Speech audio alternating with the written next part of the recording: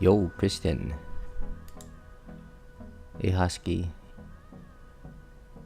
Hey, Matthias. Oh, Matthias, are you ML Ellis? Did we have a chat and I called you Alice the other day? Hey Chris, hey Swift. How are you all?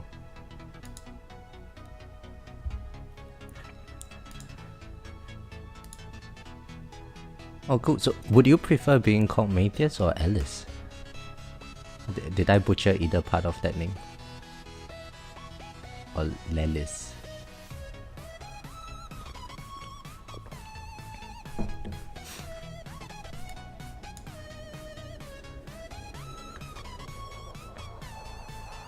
Lelis, okay. I'll try to remember that, man.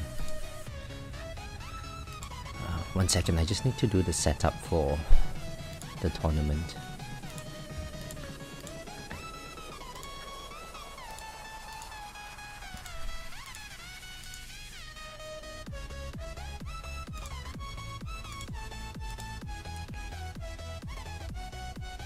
Hey Clouded, how are you? Hey Odin. Oh no, you visited that website. The website that shall not be named. We shall not talk about such dark content right as the stream starts. Oh no. Can I upgrade anything here? No, I don't think I can. Actually, maybe it's worth doing a respec because I'm intending to use Pulsar Harvester today. So I might be able to get some coin from not having so much invested in cash bonus. Okay, let's do that respec.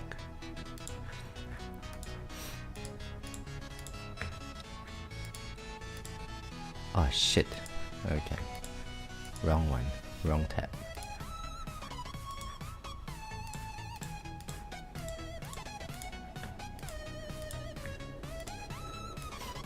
It's so good that I have free respecs. I don't know how many times I have clicked that button.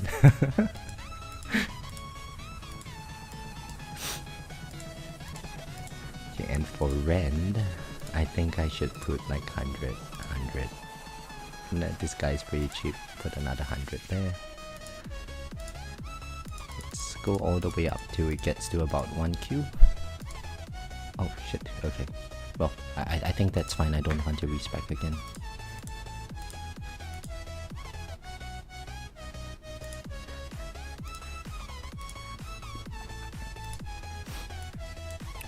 So I need knockback chance. I'm going to lock my knockback force. Orb speed orbs. Shockwave size, I think I'll lock it for now. If I remember correctly, I'll test out the range later. Frequencies. Landmine chance, landmine guess. Christian's favorite stat, landmine damage.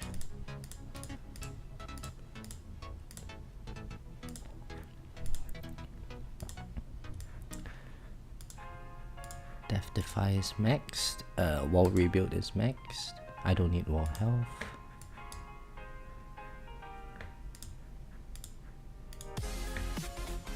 Oh, I should change the title. The title should be 12th of July. And then I need to change the battle conditions.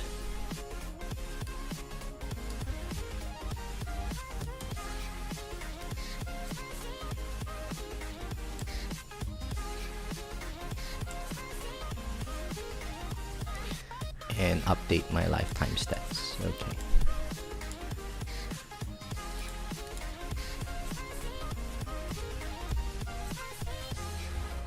$95,479.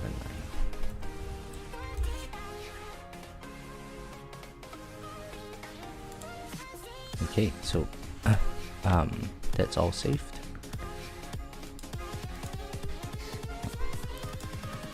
Now the next thing I need is to complete my workshops.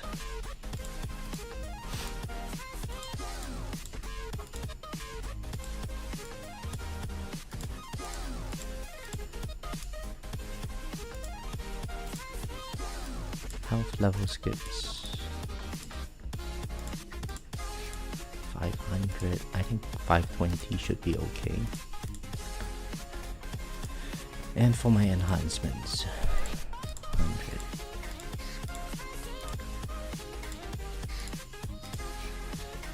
Yo, Kristen, are you here?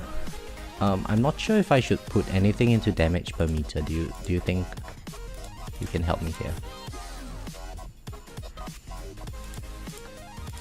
I think these guys can go to 2.4 for now.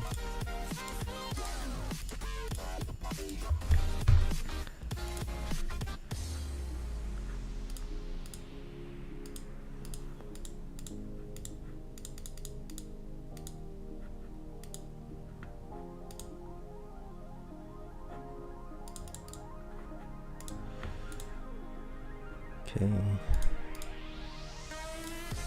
1.4.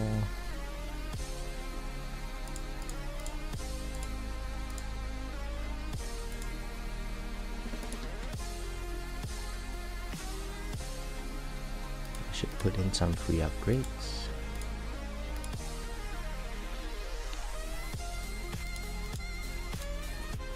I think the last time I managed to get 1.32 in my enhancements, then it goes to a very expensive amount.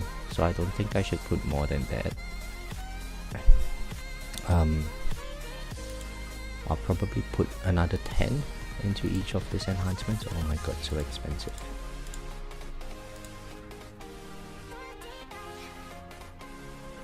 Maybe I can go to 2.6 or maybe more level skips would be good. Given that today, what are today's battle conditions actually? So in today's battle conditions we have Orb, Death Ray, Knockback Resistance, Plasma Cannon Resistance, Boss Ultimate. So it's just bosses that's going to be very difficult today. So that's why I'm thinking of Pulsar Harvester just to reduce the boss's health. And since I'm using Pulsar Harvester, I might as well go more heavy into level skips. Well, that's just one click, okay. And then just put these things up. Maybe more attack speed given how weak my attack speed is. So what's my attack speed looking? How is it looking? 52. Let's chuck another. Let's bring this to 2.55, I guess. Oh, that's the max I can go, 2.54. The extra coin maybe into cash bonus, a little bit into cash bonus, I guess, until it gets to, yeah, this should be fine. Whatever left. Can I put anything into 2 levels over here? I don't need that. Ops size, okay. Well, might as well. Kristen's favorite stat. Okay, so I think I'm ready for the tournament. Am I doing something wrong? I feel like I'm doing something wrong. So in today's tournament, because of the boss ultimate, I'm going to try using Pulsar Harvester. I think my attack speed is still a bit too weak for a full bounce webbing strategy, but I think we can test out the effectiveness since the last tournament we did the project funding setup. So I think today would be nice to just do a comparison. After the last tournament, I actually put in the Astral Deliverance, and my Astral Deliverance is meant for farming, so I don't have the right substats. And I tried the bounce webbing strategy. It got me about 150 less waves. So I'm hoping that now that I have rolled my Havoc Bringer, which is not the best module, now that I have rolled more appropriate substats into it, I'm hoping that it will give me a bit better performance. Mainly it's the attack speed. I've also got the multi-shot chance and bounce shot chance, extra bounce shot targets, 2 multi-shot targets, and bounce shot range, but these 2 are not ancestral. Matis, you said, how do I get 98 attack speed? Well, number one, I don't have attack speed at 98. My attack speed is shit. My attack speed is 52. But I think if I max my lab for attack speed and get the attack speed mastery, it's going to probably get me closer to that number. Hey Maxwell, how are you?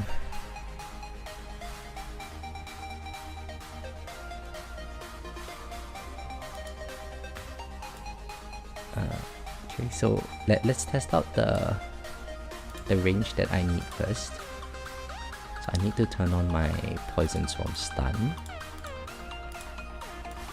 for the tournament. I need to max out my range here. So with my range maxed out, oh, this is 69.5. Okay, I need to change my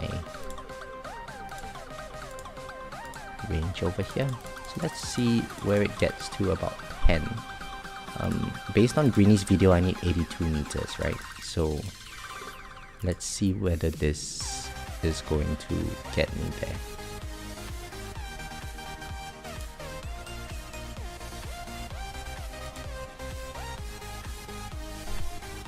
Husky, did I call you Matis? Oh, I'm sorry. I'm sorry, Husky. I'm really hungover today. So 83 meters, okay. So we need to reduce the range by 1, I guess.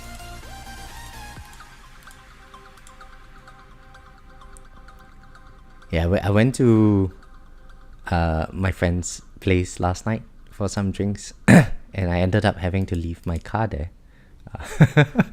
81.82, I think that's good enough.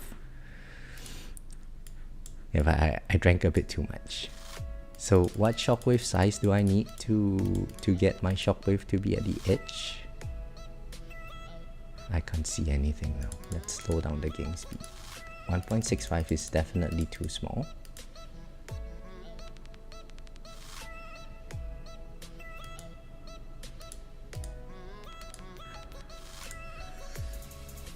.05. Do you guys know what the shockwave size it should be at for webbing?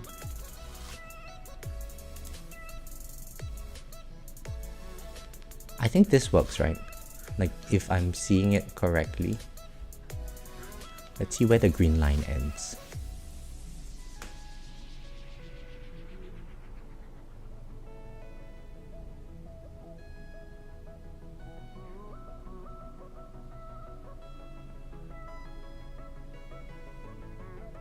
Where is the shockwave?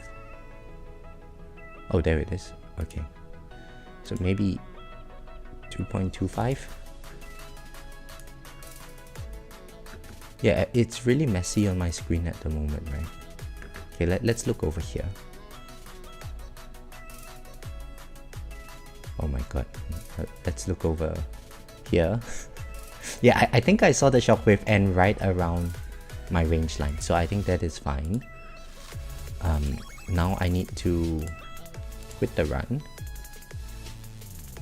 So that was 2.25 for my shockwave size. So I guess I can upgrade that in run. And yeah, I think we can get started with the actual tournament. So okay, let's oh, I'm using an outdated version of the game. Oh my god. Okay, be right back, guys.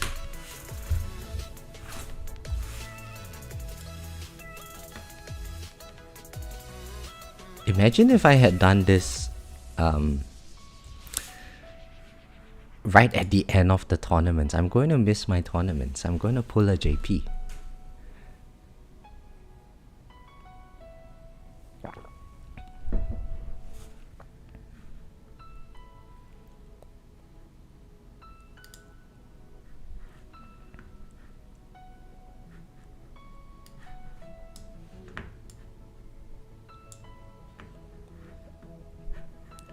Okay.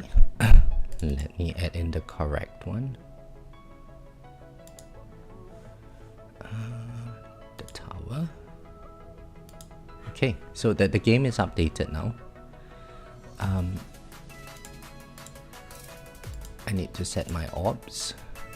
I'll set that in the actual run itself later. I need to set my target priority. So, ranged and fast will be pretty dangerous because of the knockback resistance. Probably going to put them right on top. And then bosses, elites, closest, I guess. I think this is how I would do it. Well, because I actually have CF plus now, I think range might be less dangerous than fast. Because with the knockback resistance, the fast enemies, they're just going to pummel my tower, I think. So maybe I'll put fast ahead and we'll see how it goes. Yeah. And so also one thing that I'm using is, because my attack speed is relatively low, I'm not sure if I should actually use anti-cube portal. Maybe like space displacer might be better with the knockback force, but I mean it's legendary, I can't really be bothered, so I'm just going to use ACP. And alright, let's get started with the tournament and we see how we go. Hey Graham, how are you? Just about to do the tournament right on time, so I need to increase the game speed. I think for a start, let's just ramp up the level skips. Oh, and I need to change my damage.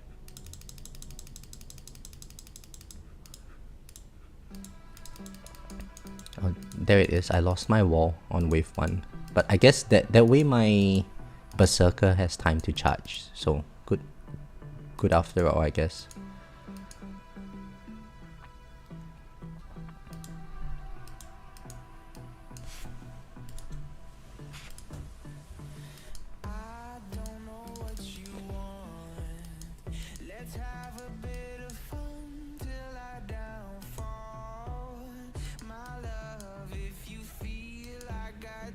Graham says, I'm on the legend side of champ or legend yo-yo this time.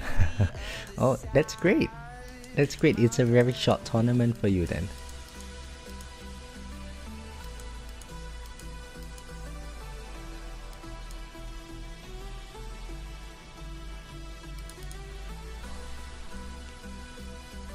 I'm thinking this tournament I'll probably go to around wave 2400. That's probably where I'm going to die. The last tournament was just a very good tournament for pushing higher waves, I guess. But with the knockback resistance, at least based on previous tournaments, I start taking chip damage at max heat. No, Husky, definitely not 2800 this time round. In terms of difficulty, I think last tournament was the easiest that we have gotten this season. So probably that's why. Okay. Level skips are maxed. So now I need to max out my range, just nice at around 82 meters range. I need to make sure that my shockwave size goes to about 2.25.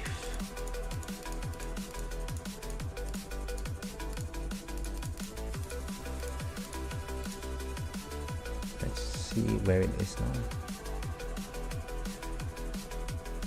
Yeah, maybe another click. So I think I want the shockwave size to be around my range line given the knockback resistance today, or maybe slightly even ahead of my range line.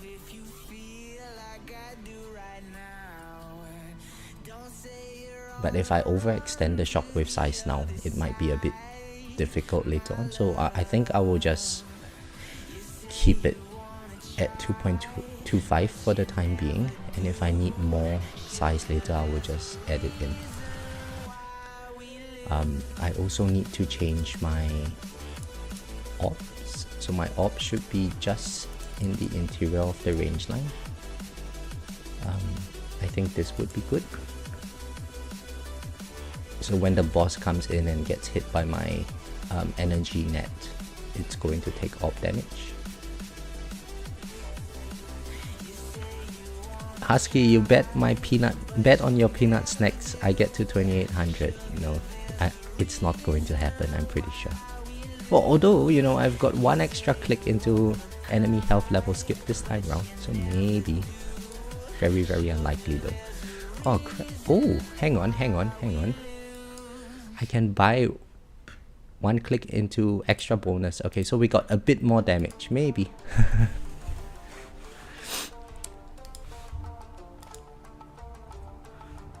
How is the audio, by the way? Is the background music too loud?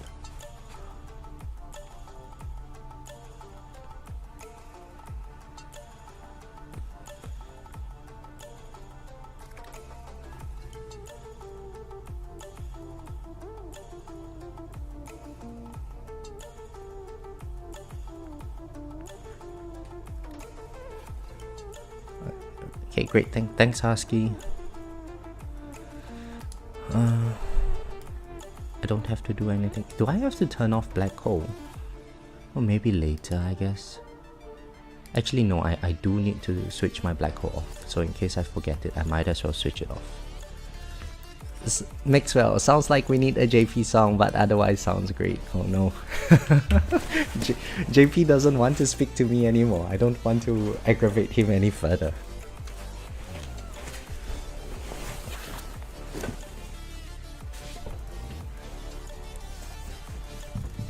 The set of people in the world that want to speak to me is decreasing day by day.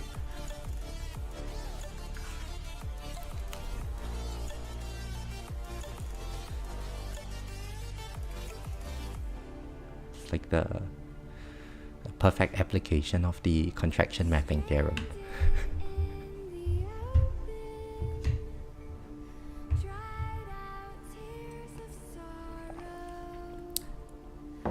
It seems like my personality is a contraction.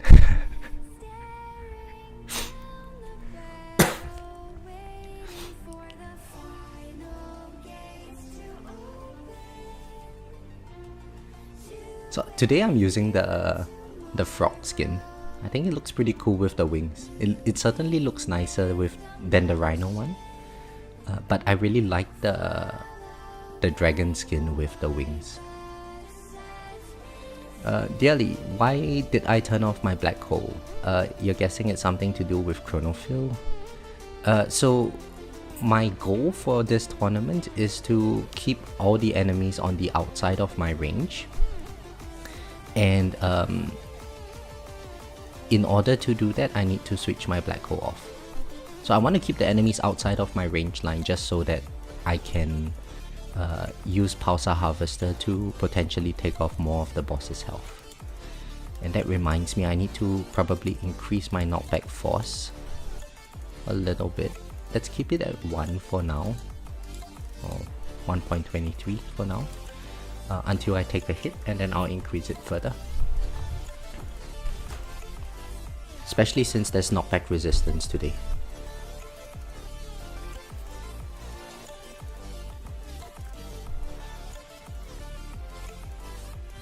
And I'm not sure if you guys actually noticed this, but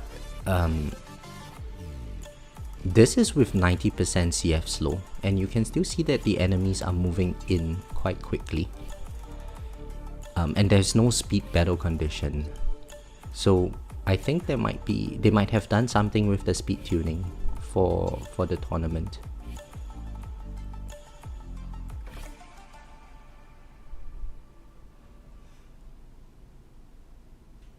And so I think in the last tournament I used about 90 something meter range, 92, 93 meter range. Today I'm using 82 meters.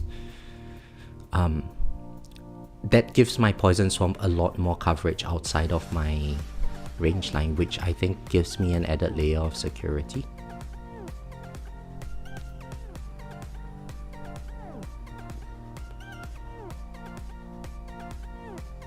So at least like if say this boss gets stunned over here, I've got a lot more time for my Swamp to take off some damage on it before it actually enters my range line.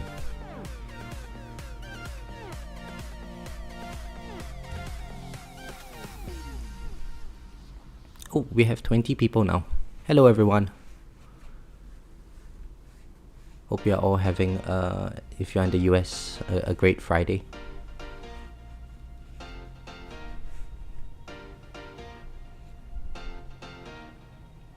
Or otherwise, if you're in my side of the world, then yeah, I hope you're having a good Saturday morning.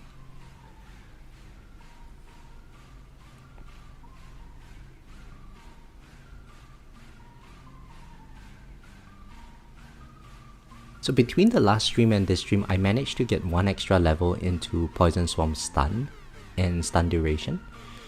So now they are at level 26, which gives me a 70% chance to stun enemies in my Poison Swamp. Dearly, I hope they didn't do something with the speed. I just got perma chronofuel and I'm 80% right now. But this tournament would finally get me enough keys for my first vault upgrade. Pretty much only made possible by CF. Oh, that's wonderful. Yeah, CF Plus, well, CF is really good for tournaments. I'm sure the meta has changed nowadays. I don't know what the meta is, but back when I was moving from Champions to Legends, so essentially when they released the Legends bracket, I tried a Champions run before. I went up to Legends, got kicked down, and then I went back up to Legends and I managed to hold it. At that stage, my level skips were just shy of 400 and I got it up to 400. I also maxed out my... I ended up getting like a permanent chrono field, I think. And my chrono field slow was around 50% at that time. So that was enough for me to hold Legends, getting to about wave 400, something like that. Bowen, oh, thank you. Hello. You love my videos. Thank you very much. I'm glad that you enjoy them. Keep on keeping us entertained. I will try my best. But quite frankly, there's really not much content to make about this game.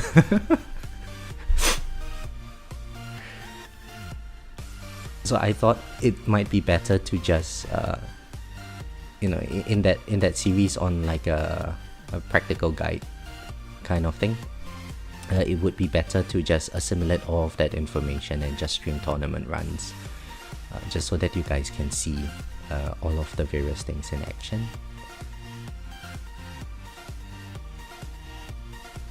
Pre-CF you were getting about 300, now about 550. Yeah, CF is really good, and each level of the...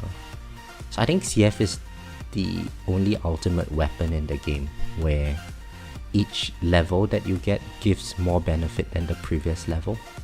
So you don't really suffer that much from like the diminishing returns, even though the stone count goes up.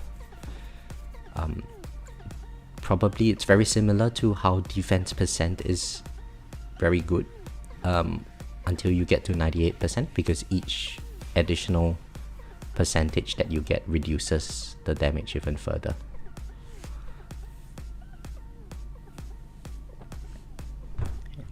I'm really broke at the moment.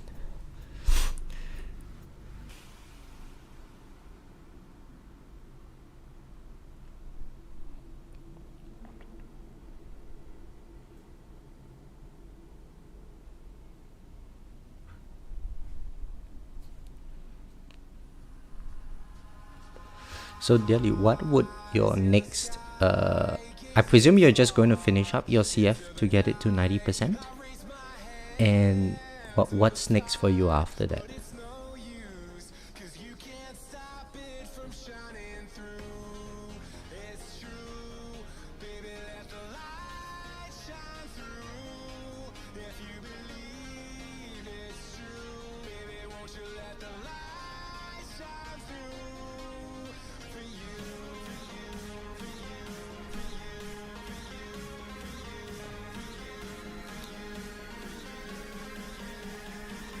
I think, okay, we are at max heat. So let's see what the max heat conditions would be. This again is with level 8 of the battle condition reduction. So Ops and Death Ray, they are doing only 17% instead of max. Knockback Resistance is reduced to 20%. Okay, so it's not reduced by 20%, it's reduced to 20% of its original, which means that I'm really not doing any knockback. Plasma Cannon is 20% of its normal damage, okay, and bosses have this overhealing by 84%. I think the battle condition reduction would probably bring this down to 80%. So I should probably finish up that lap. 4% boss health is really a lot.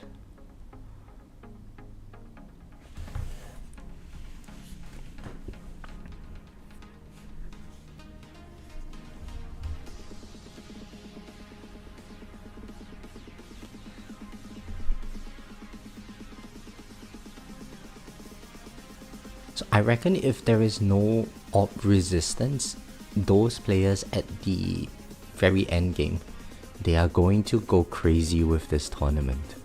Right? The only thing that is dangerous is going to be bosses, and if they are killing the bosses entirely using their chronofill, I think they are going to go really, really far.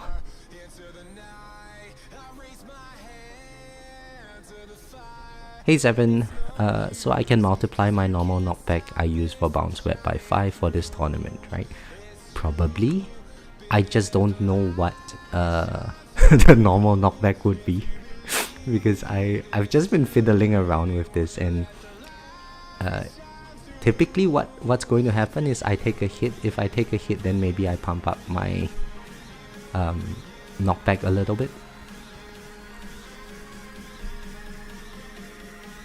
But I guess we can see there's a lot going on in the screen, but at some point I will probably we'll probably see that like the fast enemies, they're coming really close to my tower. In that case, I probably have to up the knockback.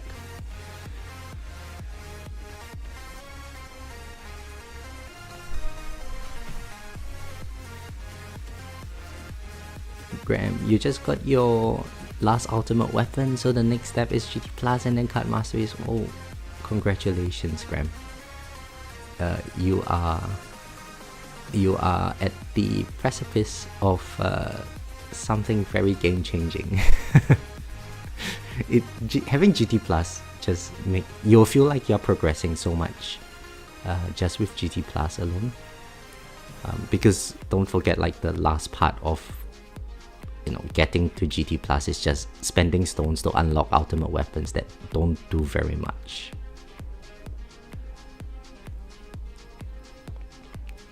And card masteries. Have you any idea what card masteries you're going to be getting first, Graham? Daily, I'm going to lower it to under 100 seconds so I can respec my coin bot and take the medals out of cooldown and max bonus to duration.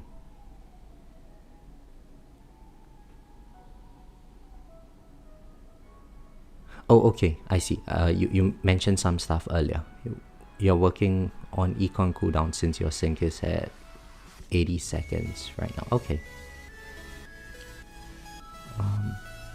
120 seconds. Yeah. Then in that case, it's worth just lowering the cooldowns.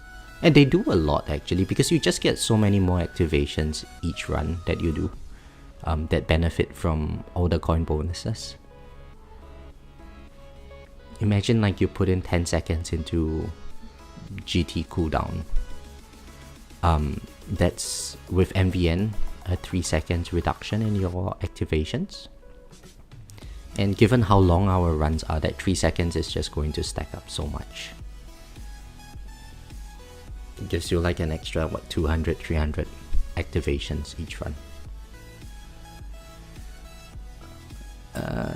Graham says the thought of trying to do card masteries before GT Plus isn't a pleasant one. No, it isn't. It really isn't. I think if you check out some of the earlier videos that I did, Graham, there was a period of time where for like 3 months, all my coin was just being sucked up by card masteries. I couldn't afford doing any enhancements at all. And once I got all of that major card masteries ticked off, then I could start focusing on developing my enhancements. But card masteries, each of them by itself, they don't provide very much, but then you suddenly get a few of them and they all synergize with each other, especially the damage related ones, and it just completely changes the way you play the game. But yeah, GT Plus is still more important, I guess, because it allows you to afford the card masteries. And there's no need to, I guess, pump your GT Plus all the way to max before you start dabbling. You'll get to a point where you find that your coin economy is like, what, 1Q a day or something. You can, I guess, unlock card masteries there and start working on them one by one.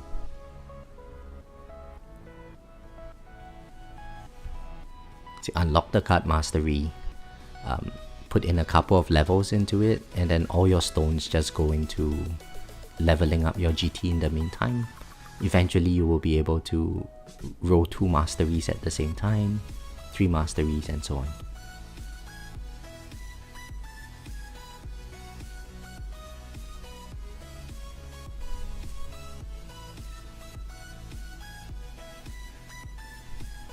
Okay, so we're almost at the 1800 region, 1530 at the moment. So far, I can see the tank enemies coming in actually pretty close. So I think we can chuck in like, what, 5 levels into Knockback Force? So 2.03 Knockback Force.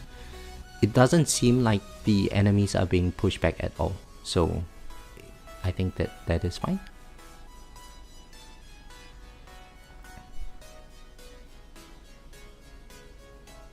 And so far so good. We can see like the bounce shots are actually connecting quite well at this stage. I'm not killing the enemies too quickly. Unfortunately, I can't really see the... we'll check out this boss's stats. I wonder how much of it comes from level reduction. So, 77%. So this is actually something very interesting, guys. When I did the tier 18 milestone, the highest I ever got for level reduction was 60-something%.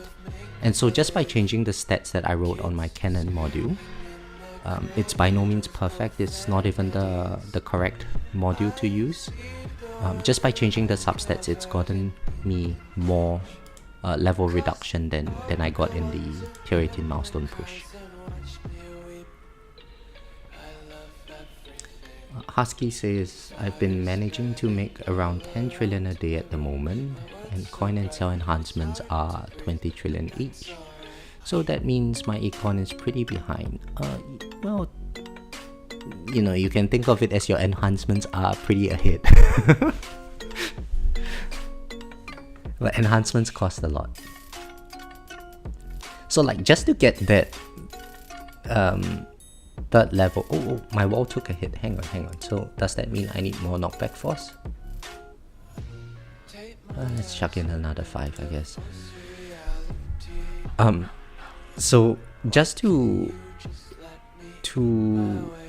get that extra 1 click into level skip reductions, that's something like 3 to 4 days of farming for me in order to be able to afford that enhancement.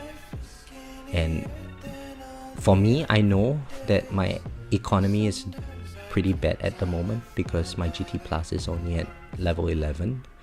So that's why I'm focusing on econ now. But you might be in a different position.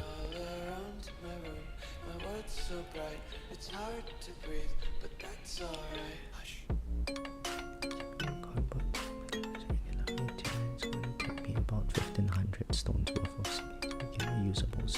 I see daily. So I presume you are not using G-Comp at the moment.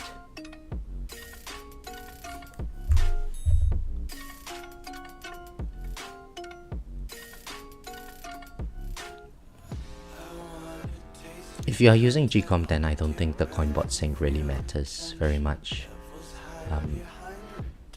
And you know, Gcom just takes off that added thing to worry about as you are leveling up your ultimate weapons. But of course the coin is a bit lower. So I think let's just use nuke right now. If I'm going to die, let's say I'll die with 2500, so that's 2200, which is 1900. Okay, so I'll try to turn on demon mode around 1900, assuming I don't die by then.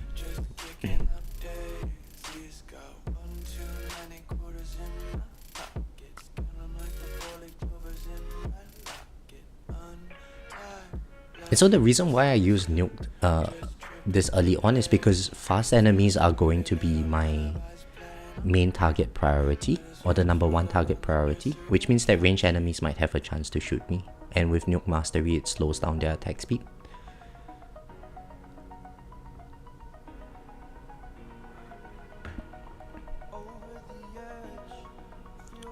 Oh, is the music good? I don't know, I just downloaded like this MP3 track of like no copyright sounds music, but I can't hear it on my end.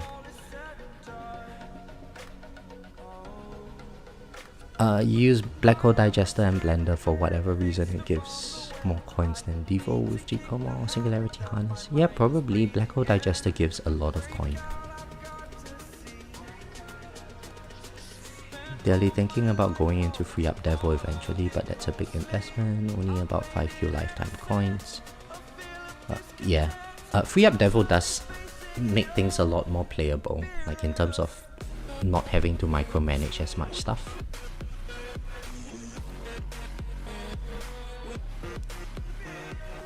All the songs I listen to, you used to listen to them back in high school.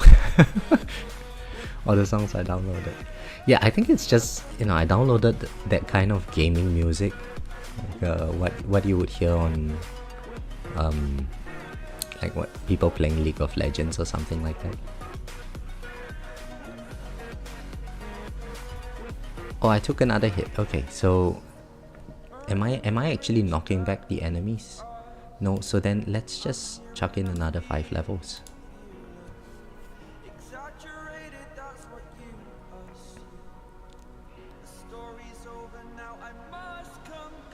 So I think we can actually see that the enemies are being knocked back slightly now, which is good. I don't want them to come in too quickly.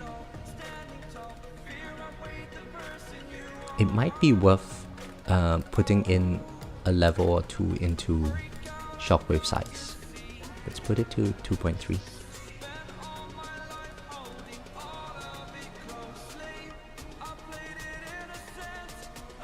So at least if the enemies come in because of the knockback resistance, it pushes them out. And given how weak my attack speed is, it's probably a good idea.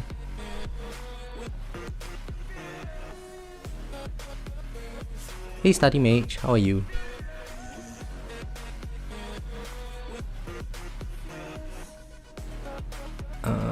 No, I never played League of Legends, Husky. I played Mobile Legends, and so some of the people who stream like their Mobile Legends, they put this kind of music in the background.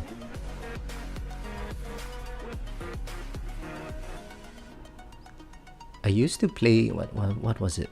Dota back in high school. I was never a good player in Dota though. I was really bad. Oh, did I take an energy shield hit as well? Oh boy.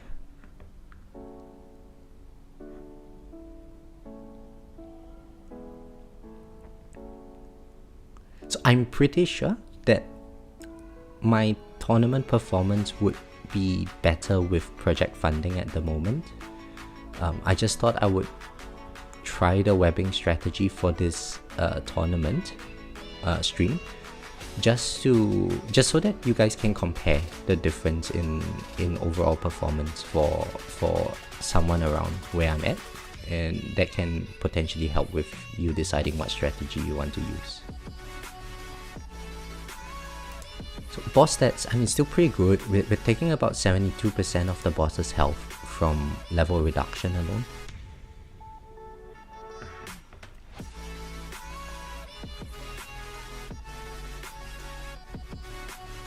Dota was still part of Warcraft.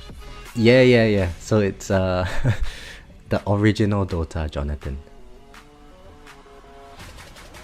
I think there is Dota 2 now. I've never tried playing it.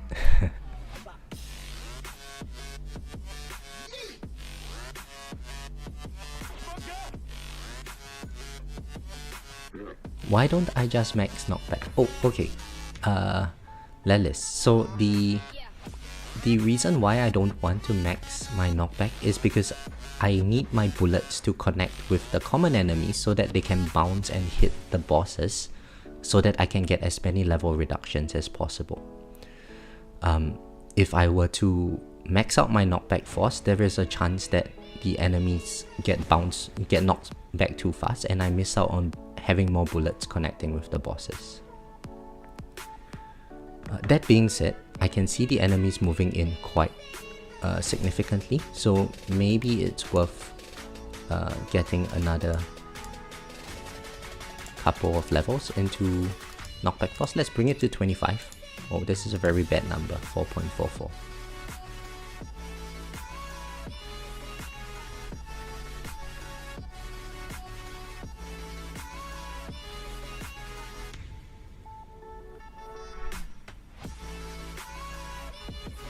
Yeah, so I remember that back in the day I used to go to gaming arcades with my classmates after school just to play some Dota, and I was really bad at the game. So they would be like, oh, you know what, just pick like what, Keeper of the Light or something, and just stand behind and cast your Illuminate. If the enemy comes in, just put the thing that reduces their mana if they cast a spell. And just follow me around the map. That's what my buddy used to tell me, because I was really bad at doing last hits. Oh, I took another hit. Oh no. Okay. Well, I mean, we are 20 odd waves away from me popping my demon mode. So, you know, maybe when we get to 1890 or so, I'll just pop it. Hopefully that would help without having to increase the knockback and whatnot. Do I think that Stringray might actually find a use in webbing? Yeah, probably. In conditions like today, where there is knockback resistance, having a smaller mass on the enemies is probably going to be pretty good.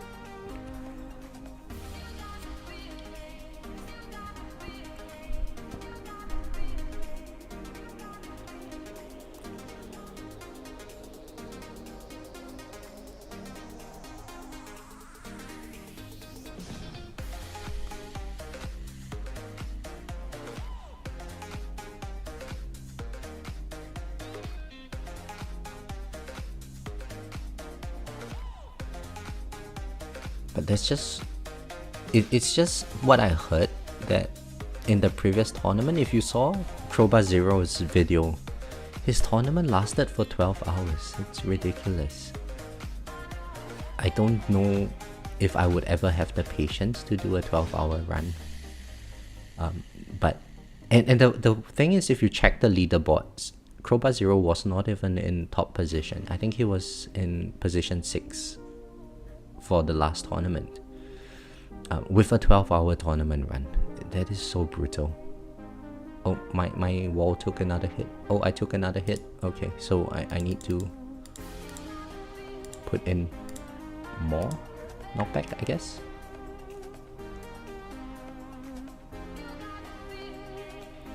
So it's very unlikely that I would actually hit 2500, right? Given how much chip damage I'm taking now.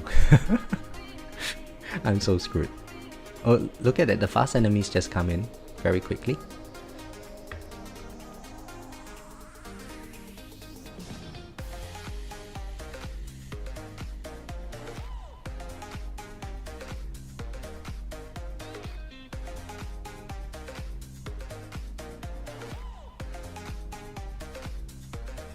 Yeah. So I think who was it? Mini Momo got first place. Their difference was like 300 to 400 waves, I think. But running at 1x speed, 300 to 400 waves is going to take a very long time. Oh, 1900. Okay, I can pop demon mode now. And I'm going to be dying soon. So I managed to get death defies as well. You know what? I think it's probably best if I just put my knockback force at max, given that there is that knockback resistance for today.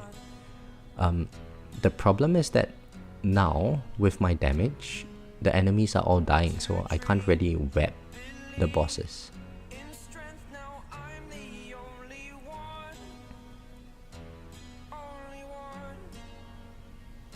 Oh well, okay, my damage is back to its normal level and enemies are not dying anymore.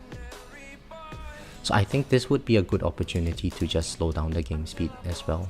Let's do like 2.5x for the time being. And eventually I'll probably have to slow it down even further.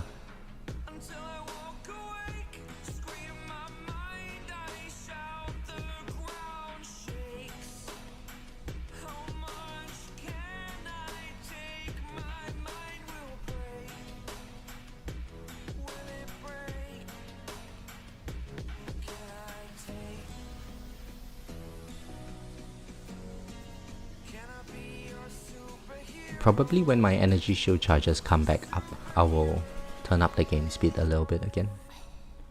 But at least this gives us an opportunity to see how the knockback is doing and so on.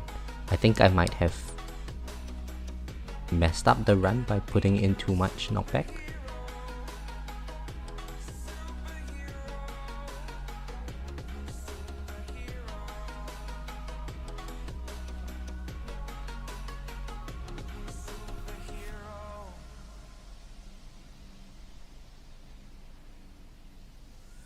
But the fast enemies are really dangerous this tournament, I think.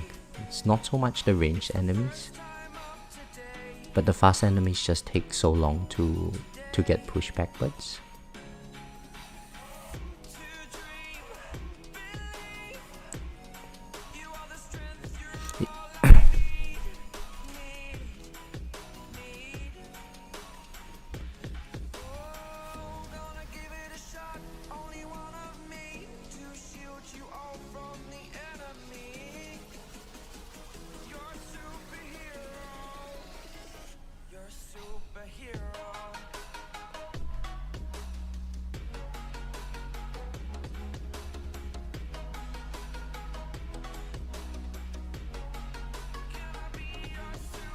So it seems like my wall is just permanently taking hits, and I'm not sure where those hits are coming from. Potentially the ranged enemies?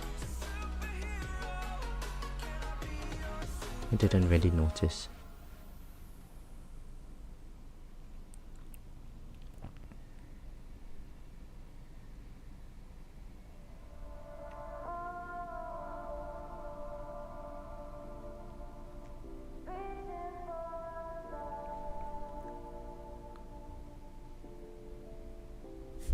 Let's see how that boss is doing. Yeah, about 70%. So the substats, I think, accounted for an extra 10% of the boss's health from level reduction. I presume, so I was told that you can get something like 99% of the boss's health from level reduction. I presume that what's missing for me is just having better attack speed and attack speed mastery.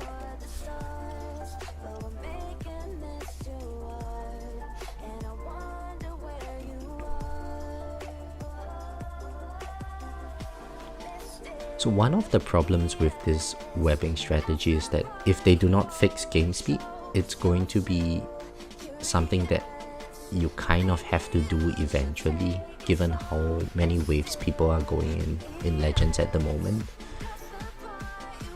But it's such a painful strategy to run the game at 1.5x or 1x speed.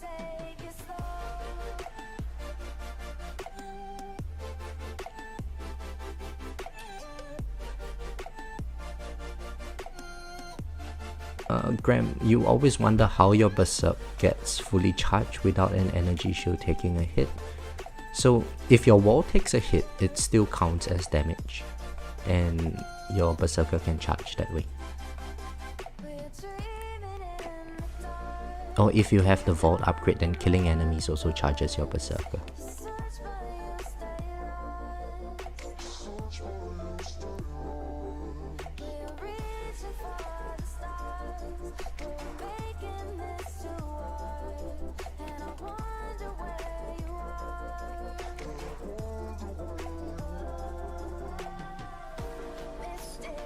So it seems like now I'm able to sort of hold the fast enemies at bay, but the problem would come when there are too many fast enemies later on in the run.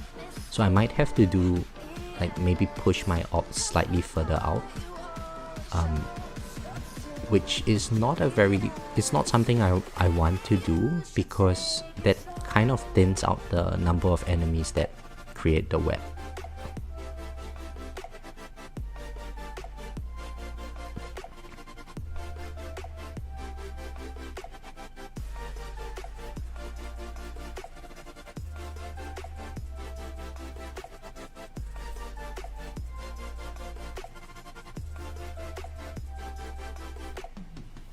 Although the number of bouncers look really nice, right? If you're looking at the screen, when there's a whole bunch of enemies around. Oh, hang on, did I? You know what, guys? I think I messed up, because I think I put in Wave Accelerator. Oh, hang on, I didn't. Okay, that's great then. I don't have to worry about this.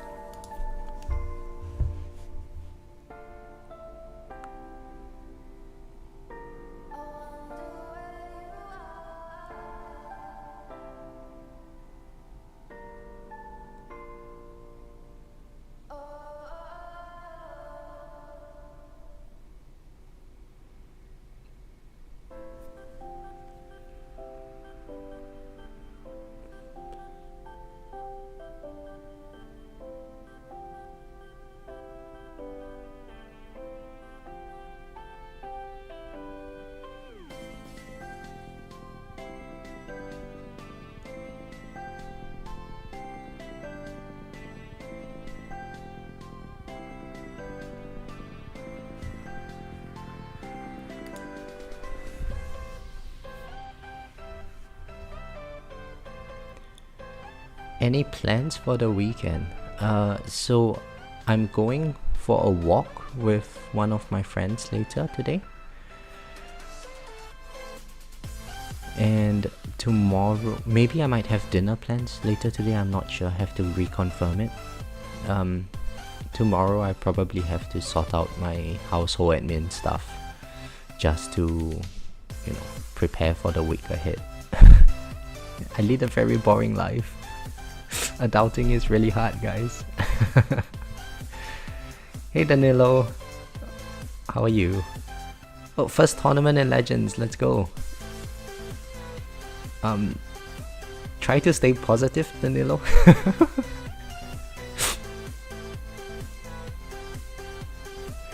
it's very, you know, the first time you enter Legends, you might find that it's your run ended very early on, and you might feel very demoralized. It's just a very different gameplay compared to Champs.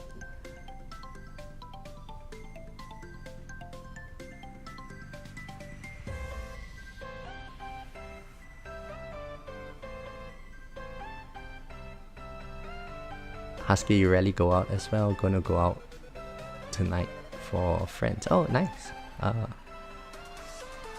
They are graduates. Ask them to pay for your meal, Husky.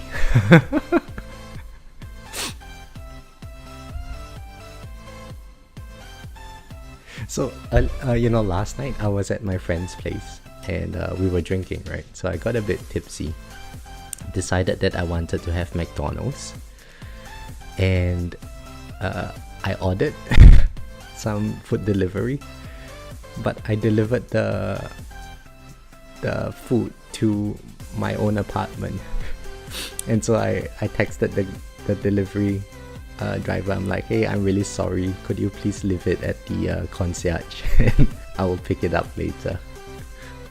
And then I had to order Macca's again. So I ended up spending double what I would have spent on food. And so now there is like a Big Mac burger, a diluted cup of Coke, and very hot and still fries on my dining table.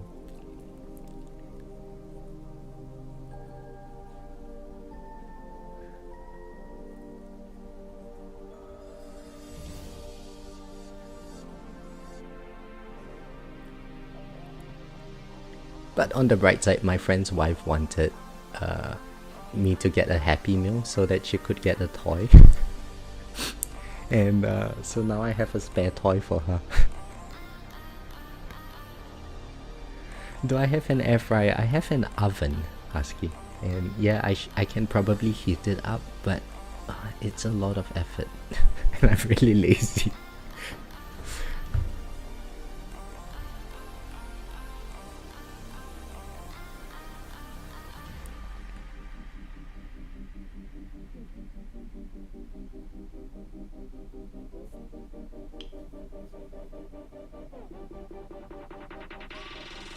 Cold fries on move. Yeah, exactly. You wanna know the sad thing? Last night when I came home, I saw the cold fries. I just ate a few because I was, after you drink, you kind of feel very hungry, right? So I was having stale fries on my couch, watching what was it? One Piece anime on Netflix. Oh, and then I fell asleep. So I woke up this morning with the container of fries on my hand. I should not be living this kind of life, guys. This happens in your early 20s at max. Hey Chris, how are you? Sounds like the breakfast of champions. No, it sounds like the breakfast of people who just entered uni. I think I'm being influenced by all of these young kids in uni nowadays.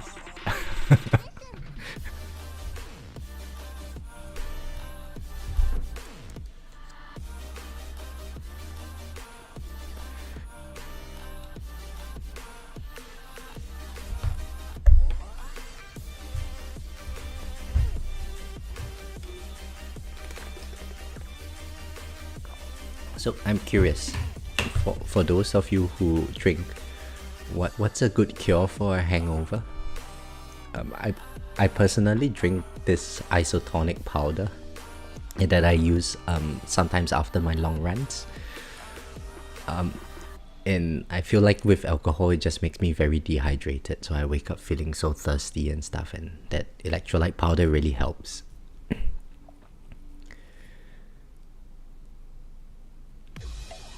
That helps me stay young at heart. Oh, well, that's a very nice way of saying I'm immature, Chris. Jonathan says another beer. Yeah.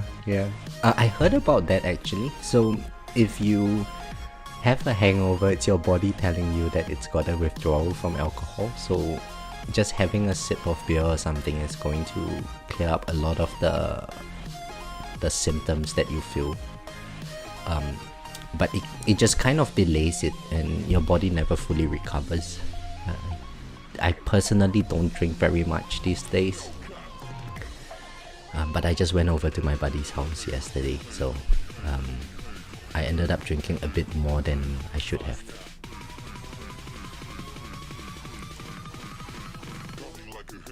Coke and Skittles, so sugary stuff for Lelis. Chris says, yeah, dehydration, yeah. It's a soldier's worst enemy. Odin says, Roman with 2 eggs and sriracha, it's magic. Oh, okay, that sounds good actually. I wouldn't mind having some eggs. right now.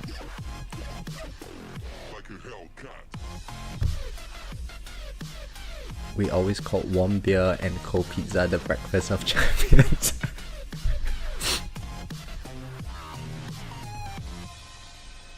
Oh, that is such a frat boy thing to say, Graham. I'm starting to get a better idea of your personality now.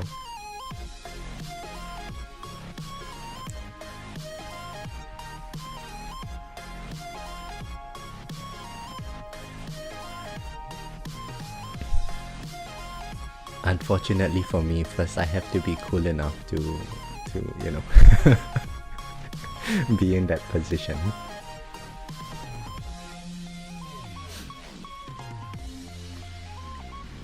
So yesterday we had some wine. I think we had 2 bottles of wine, and I had another 2 cups of whiskey after.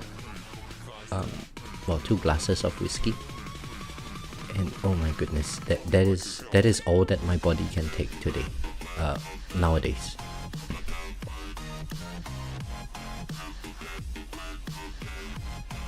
Oh, my energy shows are max, but my wall is not up, so I guess I can just keep the speed at 2.5 for the time being.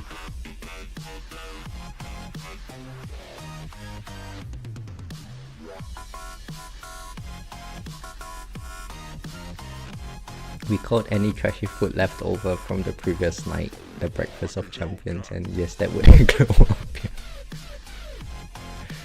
Oh, Graham, so you're cool enough to hang around frat boys.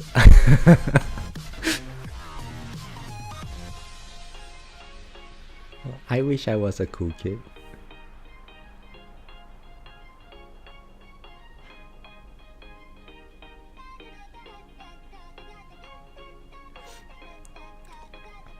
Well, I'm not sure if Kristen is here, but no matter what, you know, I'm just going to say it. As uncool as I may be, I'm pretty sure I'm cooler than Kristen.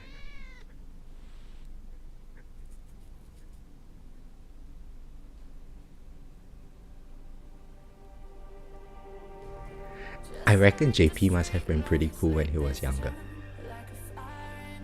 Yeah. I never even hung around any, but certainly had plenty of crashes in grad school. Nice.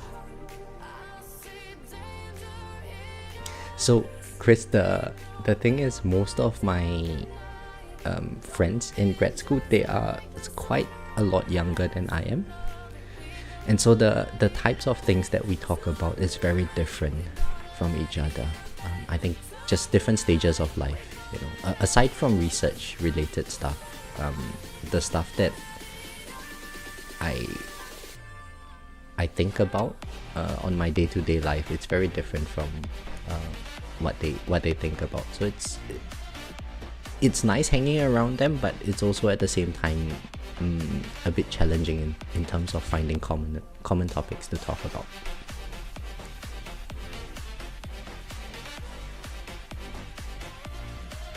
But don't get me wrong, I enjoy hanging out with them. They are probably the best support group that I have over here.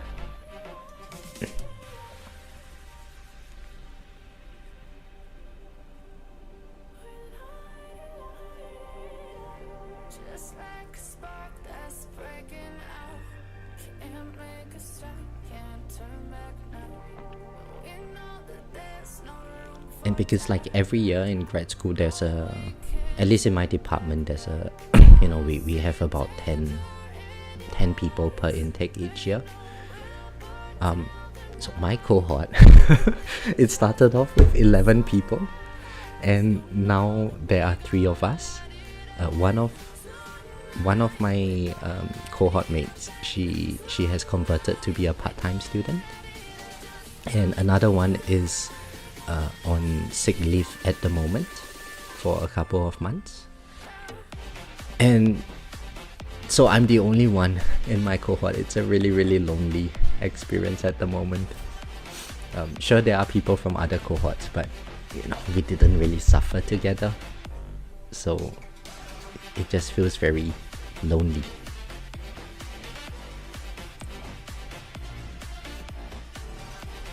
But you know what, I think I'm probably at the point now where I just need to make the final push, get the research done, and just get on with life.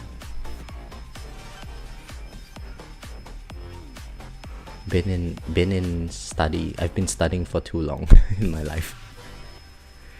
Need to go out to society and try to make myself useful.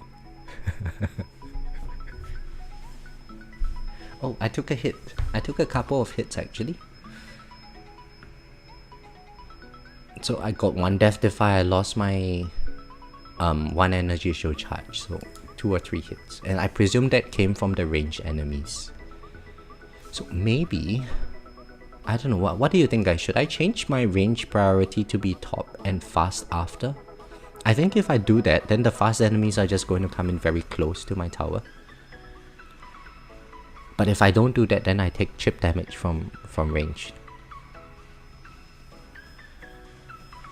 Do I mix much with other cohorts? We were pretty close across a 2 to 4 year span of entry. Yeah, so in my department, it's actually very nice, the environment that we are in.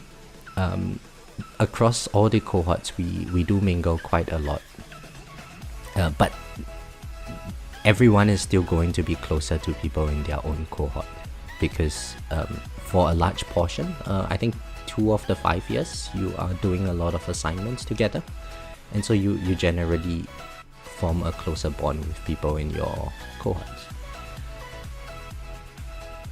So my cohort mate, the one that is on sick leave at the moment, she's like my best friend in the PhD program. Yeah.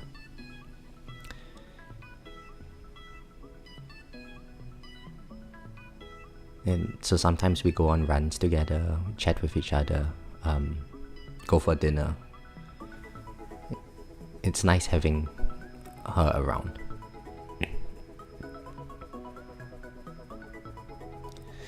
Yeah, Jonathan, I'm doing a PhD in economics at the moment. So I'm in my 5th year. I probably have to extend for another 6 months or so. So I'm midway through the 5th year at the moment.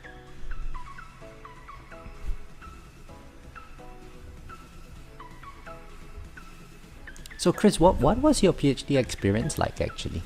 I've been curious to ask this.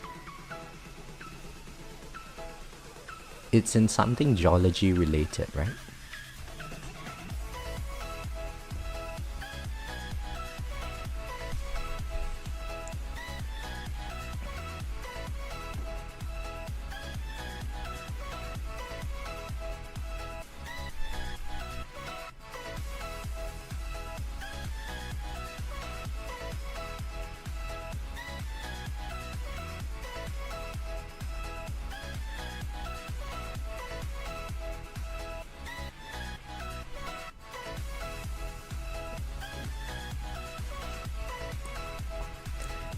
Jonathan, when you finish your bachelor, there was no way I would continue studying. Yeah. So it's not because I'm good, Jonathan. I actually went out to work for a couple of years, and you know, I didn't really enjoy working life. So I was doing a sales related job function, and I just didn't find it very enjoyable over time. So for me, I tend to be very drained when I talk to people for too long. And in a sales related job, you are basically speaking the whole day. So every night when I come home from work, I just want to sit down at my porch, you know, have a beer and just keep quiet because my throat hurts. So I thought that this is not a good way to live my life. Eventually, if I have a family, I would want to be able to, you know, speak to my kids and stuff at night, or just connect with my family, right? So that's why I thought, okay, I should probably try to pivot into something that is not client facing. And just at that time, my partner, she got an offer from one of the firms here in Australia, and so we moved over here. And I thought, okay, I'll use this opportunity to pivot myself into something that allows me to achieve that goal in life. So then that's how I ended up in the PhD program because it's free education.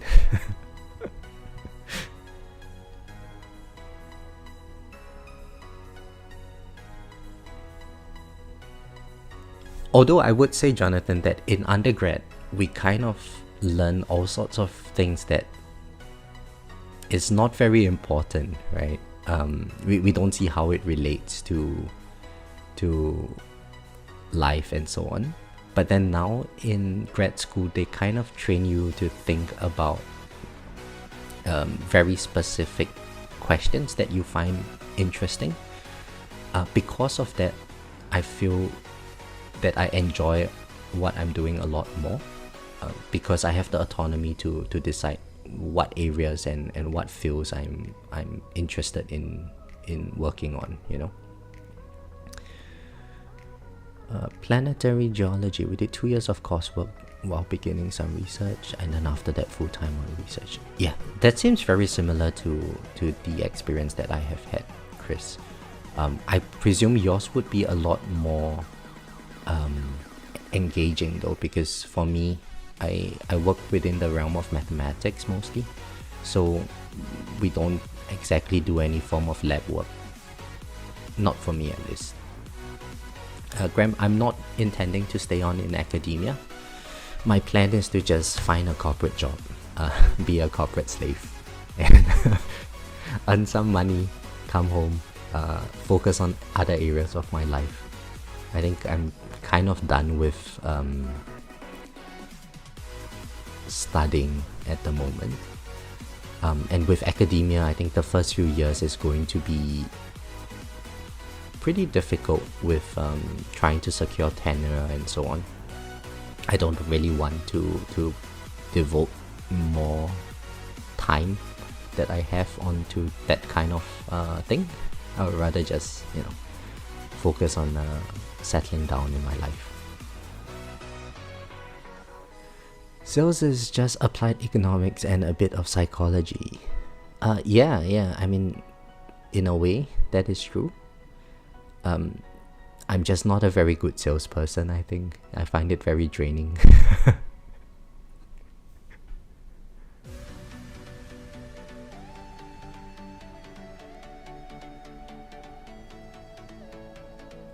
Oh yeah, conferences are really nice. So I attended this conference a couple of years ago. It's a conference on decision making, and they introduced some AI stuff on deepfake technologies and so on. I learned a lot about how other areas or other fields are conducting research on similar topics, but with very different methodologies and very different approaches. It was very interesting. Are you trying to say that decomposing the Slutsky equation isn't anywhere near as exciting as it might sound to some? Oh my god, I haven't looked at the income and substitution effects for a very long time, Graham. I did tutor a couple of subjects on that equation though.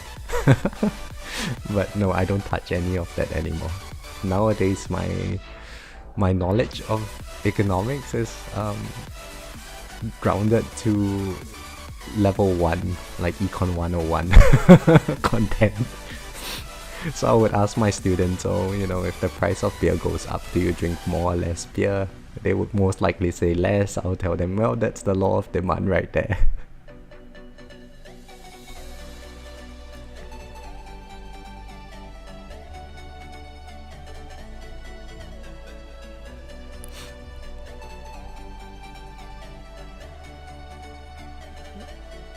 That does sound interstellar, learning about other fields, users of common technologies such as AI. Yeah, so a large portion of macroeconomics is about using the contraction mapping theorem to solve for fixed points, and those are your equilibria. So we use a lot of Bellman iterations and so on, and under like deepfake, when they do like machine learning algorithms and stuff, the algorithms also apply the same kinds of contractions to test for errors between images. So although the I guess computing requirements are significantly higher because they test pixel by pixel, it's going to be very similar in terms of the overall coding requirements. So even though I didn't really understand certain aspects of what they are doing, I could sort of follow the algorithms that they were looking at. And I noticed that I'm taking a lot of chip damage from range now, so I think the better call would be to put range ahead of fast for the time being, and we see how we go. So the range enemies are actually coming in, and they are taking shots at me.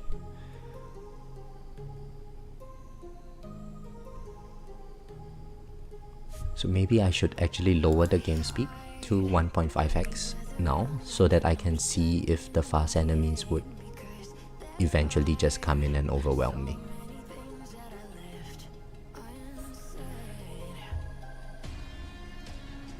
That perturbation theory would produce some good seeds for AI to test, but a couple of decades out of the game. What is perturbation theory?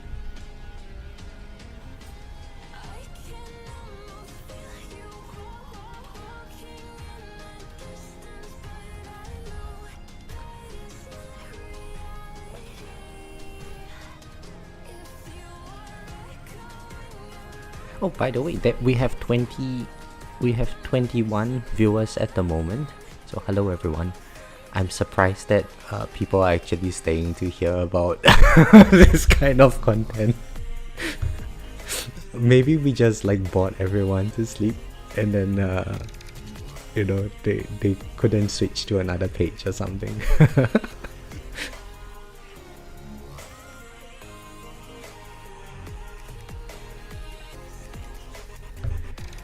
Maybe I should put my orbs out a notch as well. I think this would be better.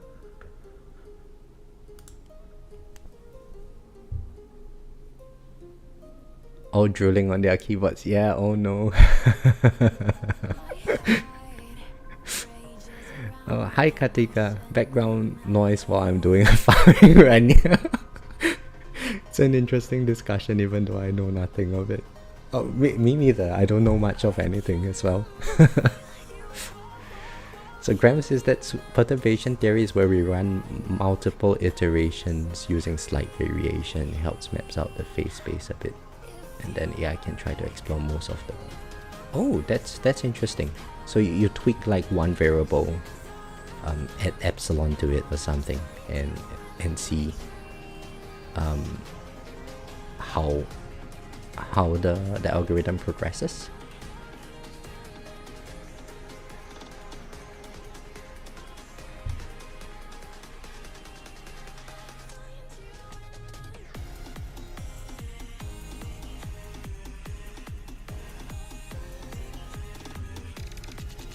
Oh, I guess that's why it's called perturbation then.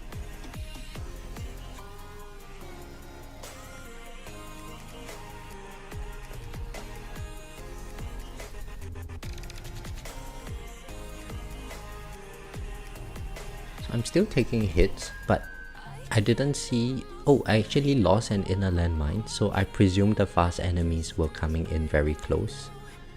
I think the only way out of this is if my shockwave pushes them out.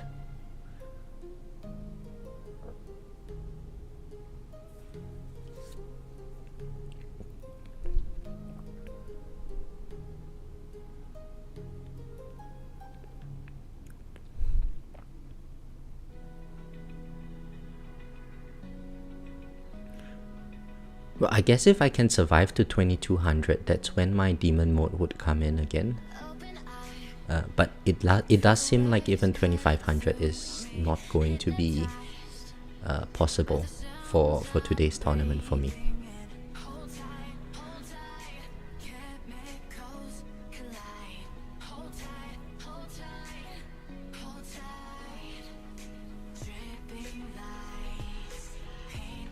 That's one of the problems with hill climbing AI. They tend to find the local maxes, but can you see? Oh yeah, okay, I understand that.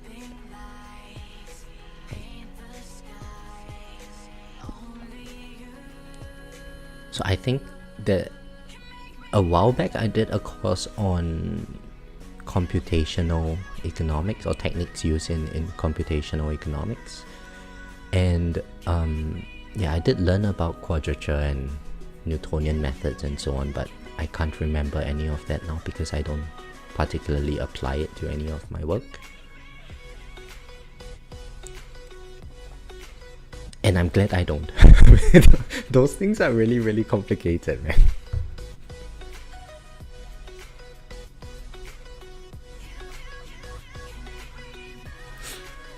Although I think nowadays, like if I were to go out to work and the job kind of demands that I have to know certain aspects of these kinds of things, at least I know that they exist, so I kind of know where I need to look at and, you know, tool up myself in that area.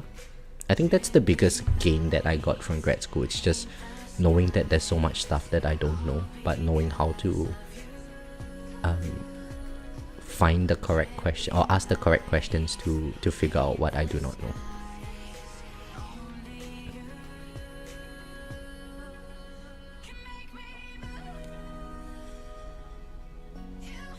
You actually love the Leontief input-output production matrices.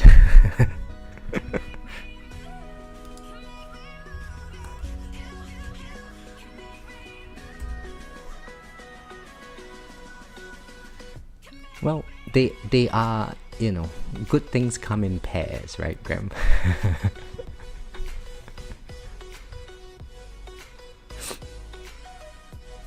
So Leontief and like perfect compliments and stuff, they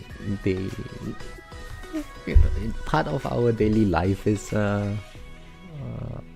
centered around Leontief production as well.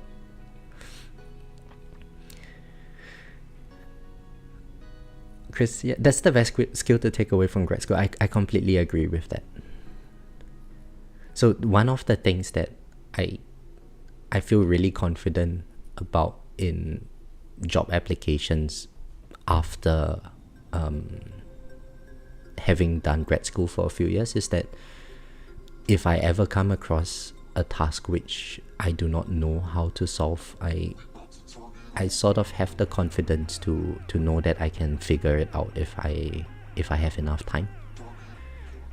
Whether or not there's someone else better for the job is you know, that's a different story. But if they hired me for a job, I'm sure I can tool myself up to accomplish that job properly.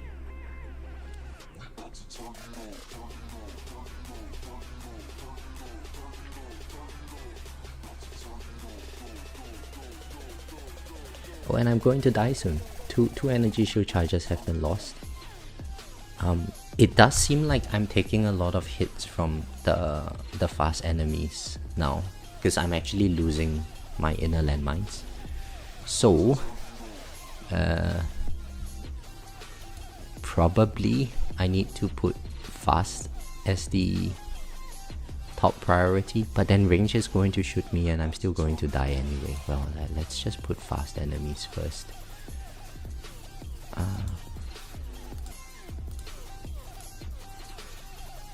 It does seem like I'm taking more chip damage now than before.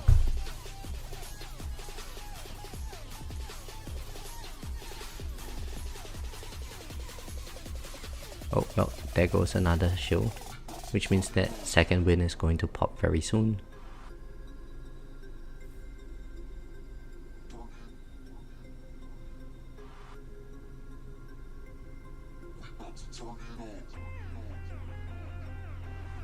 Oh, there goes second wind. And then as I progress further in my career, the key is being able to find and recognize other people who can do new things more efficiently than you and empower them. Yep, I agree. I agree. That's the best part about climbing the corporate ladder, I think. It's like, oh, you can do this better. Please go ahead and do it. And delegation. And then there's less work for me. Oh, and I died. Okay, so what did I die to? I died to a ranged enemy, which was to be expected. So let's see the overall performance. Killed by range. I don't care about this stats over here. Swamp damage, and oh, surprisingly my swamp didn't do as much damage as my chain lightning, which I'm not sure why. Oh, hi PC noob, how are you? So chain actually did more damage than swamp, even though I've got poison swamp plus. Ren armor, I mean with the Ren cannon, I can't remember what its name is called, is doing quite a bit of damage as well. Thorn and Orb damage, well, Orb damage is less than before because it's almost on par with Death Ray in this case because of the resistances, I guess. And how long is the stream so far? What is the stream duration?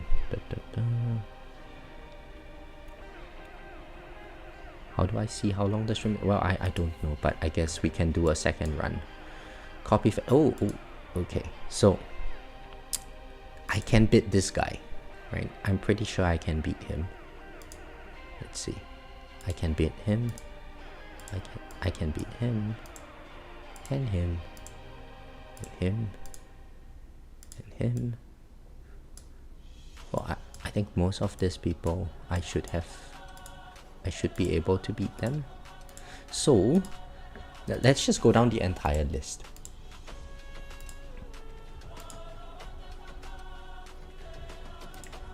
Yep. Yep. Yep. Yep. Yep.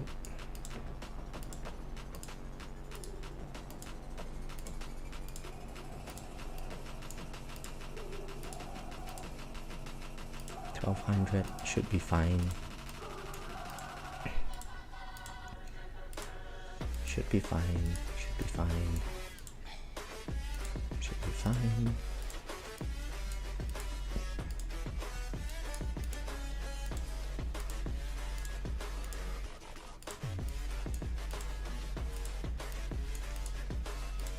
Okay, so I'm pretty sure I can beat Sunburn Venus. Captain Fett is at 4,300 waves in tier 18, which means he's probably weaker than me in terms of the overall tournament performance. Which means that I should be able to beat him without much difficulty, right? Because otherwise he would have completed the tier 18 milestone and gotten the 10% relic. So what that means is that I'm not living up to my potential in terms of my tower performance, and I presume that is because webbing is not a good strategy for me. So let's equip death penalty.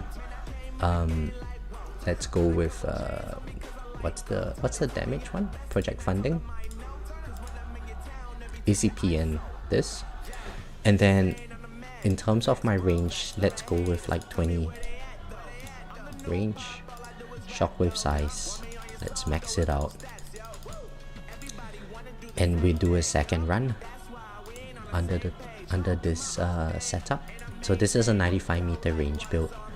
I think I can get, well, I can't get one level in here, but it's project funding, so it's okay. We might need a bit more attack speed. Let's put 1.35.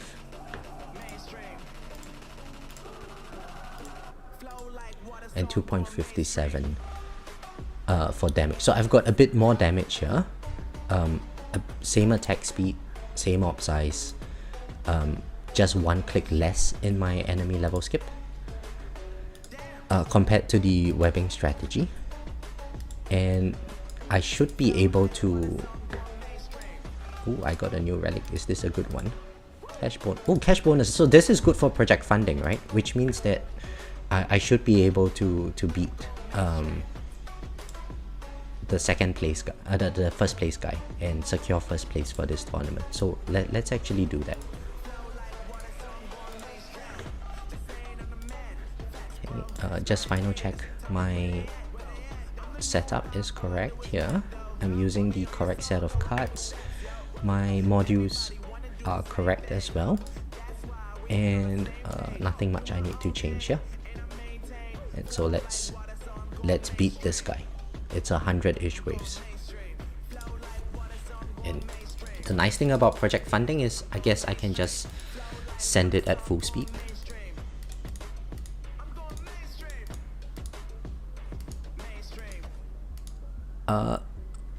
Oh yeah, Chris, so yes, if I'm bounce webbing, that should explain the greater proportion of chain lightning damage. But also my coverage for my poison swarms were pretty high earlier. So I think it might be the case that I should have gotten a lot more poison swarm damage. Lelis says 955 waves in champs and still going. Congrats, man. Those clicks at chain lightning just made my life way easier. Oh, wonderful. You still have second win and demon mode. Very nice. Hi Toshi, how are you?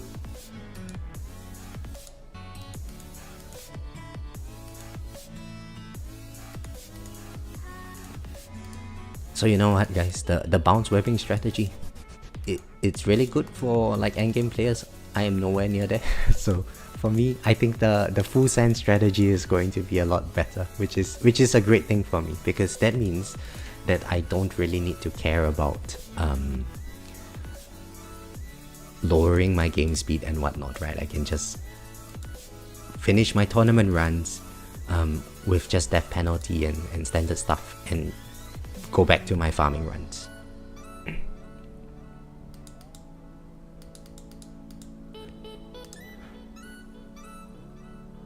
Okay, so level skips are done. I need to set my ops. Let's put my ops right around the range line. And in this case, maybe I can actually put in black hole. Let's turn on black hole for now and see how we go. Because I don't mind if the enemies come in. With project funding, I would have a lot more damage to kill them. Odin, 2 runs. Is that just from having 2 tickets? So you can actually just watch an advertisement and you'll get an extra tournament ticket. Thereafter, I think you have to spend gems for extra tournament tickets.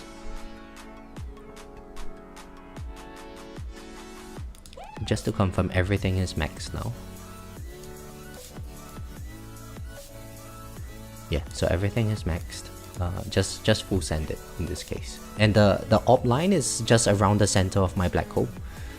This means that I can potentially put fast as my top priority and then ranged enemies, since my black hole will probably disable the ranged enemies.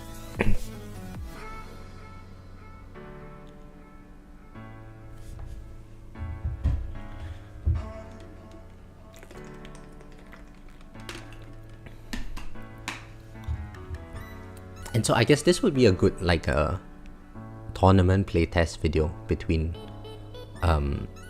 webbing and just death penalty standard tournament stuff. At my level of progression, whether or not this strategy is useful for me. If it's anything like all the previous tournament runs, I typically get about 200 waves less with webbing, so I presume I should be able to hold first position in this tournament. In other words, I got a lucky bracket, guys.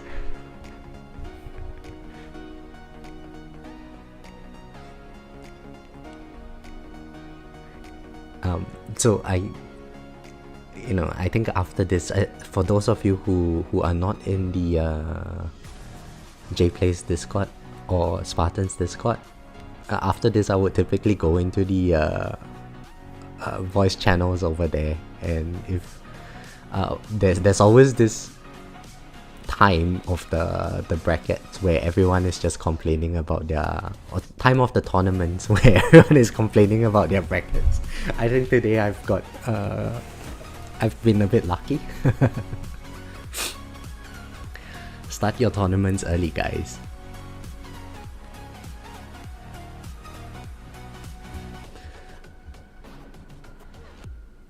Oh, hey Toshi.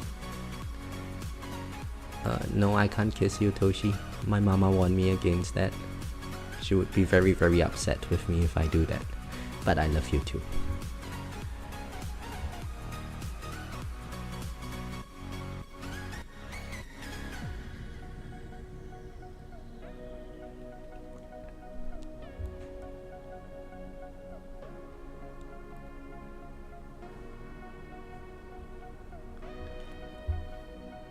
How was your week, Toshi?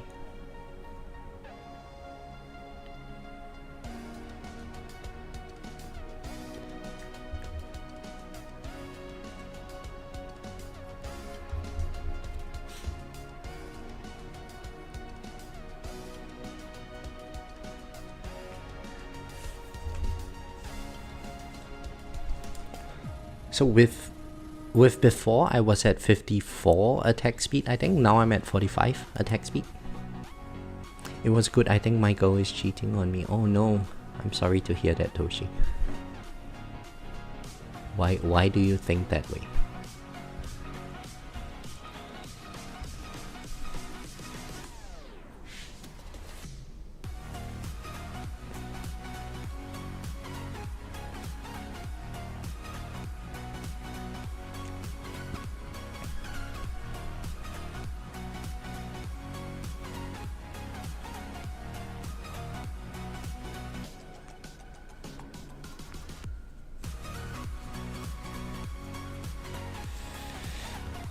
She's been acting kinda sus. Or maybe she's planning a birthday surprise for you or something, I don't know.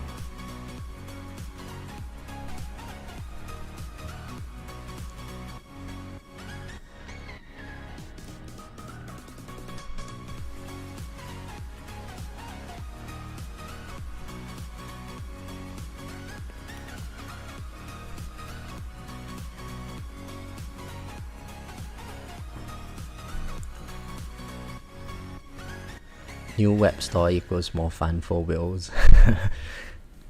Hey, you know what? It's almost middle of the month and I'm still holding strong, guys. I'm still 5-5.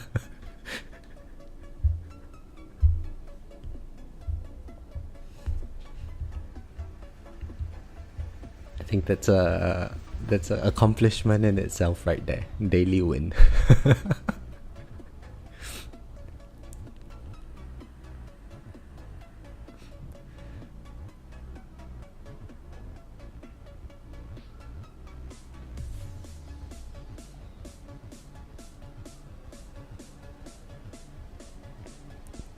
Okay, we are wave 600.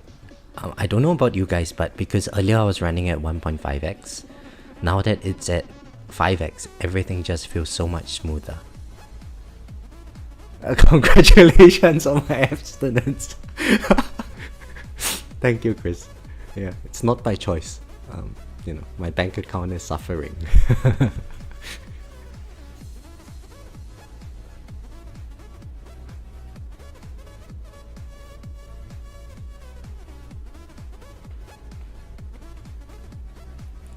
But you know what?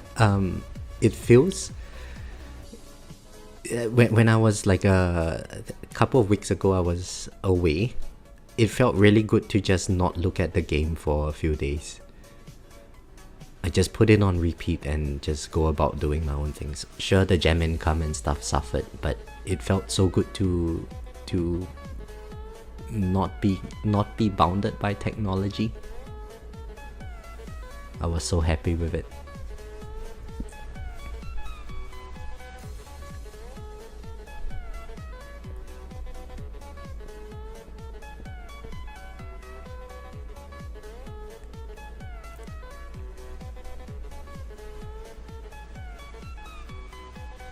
Is that just a personal goal? Oh, Odin.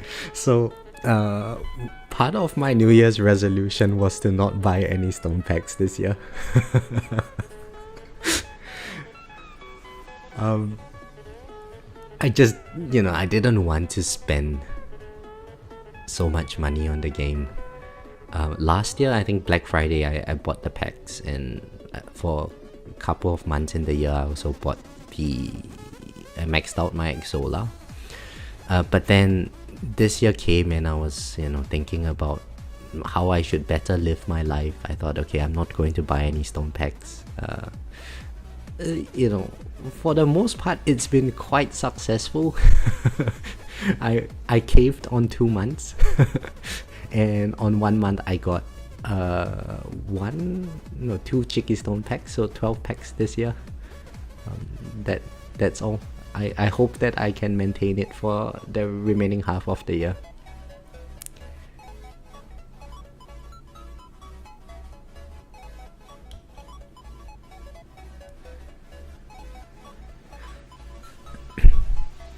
But yeah, because I think now, at least where I'm at, I've completed the main, I guess, campaign portion of the game, like having cleared tier 18. So the urge to buy stone packs is a lot less. I'm not too concerned about tournament performance. It's in situations like today, right? If I know that guy is just 100 waves ahead of me and I can catch up with him, in all likelihood, then I should just try for it. But suppose there were 5 people who were in the 3000 wave region ahead of me, I'm just going to be happy with position 6. Not too fussed about my overall tournament progress. So now it's mostly just waiting for the next patch to hit and take it one step at a time, see where that goes.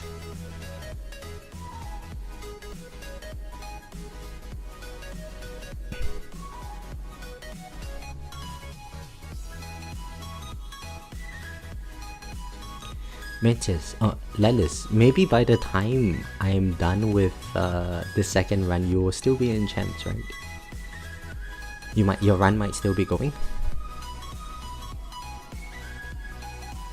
Because I think you mentioned like 1800 waves in champs when we spoke.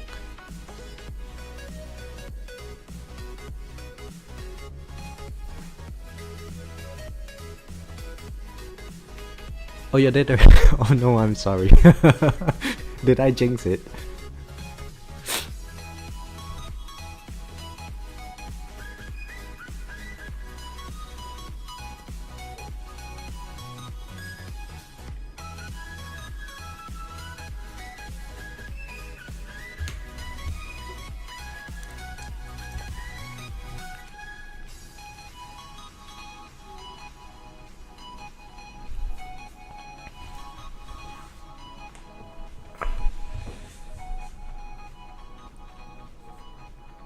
Alright, we are at max heat with 1000. So now it's just a waiting game. So since I would die at 2400 thereabouts, I think when wave 1800 comes, I'm just going to switch on demon mode immediately. Then there would be one activation at 21 and another at 24, and I think that would be good. And then nuke, I'll probably put it at 1900, so there's about 100 wave gap between the two activations.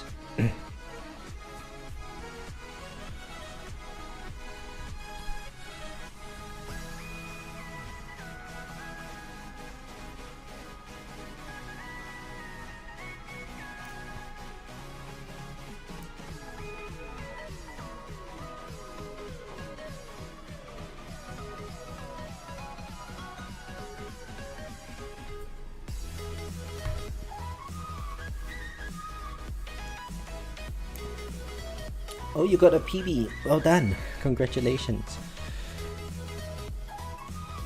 Hey Invest, how are you?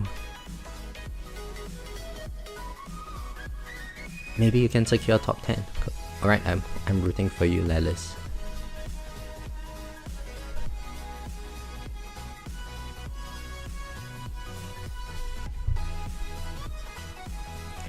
Yeah, I'm pretty good. It's been a rough week. I didn't have a very good week this week, but hanging in there.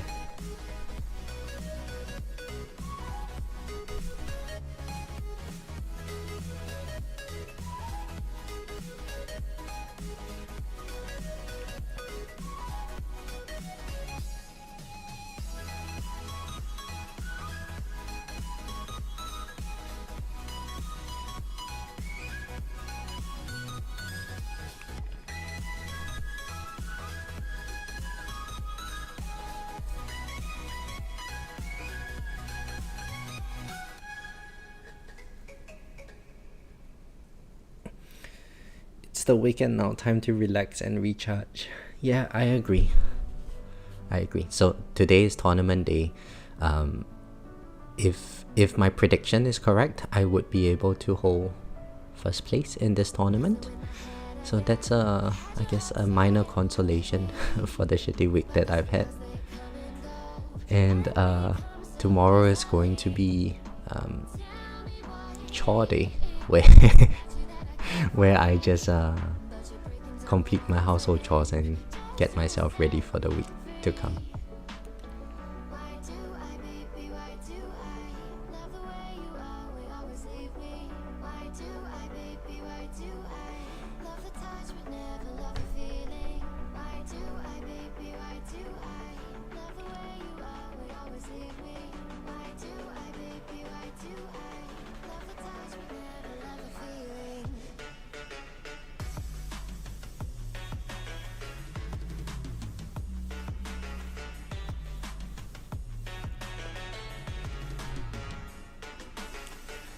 The dreaded chore day. Oh my god, yeah.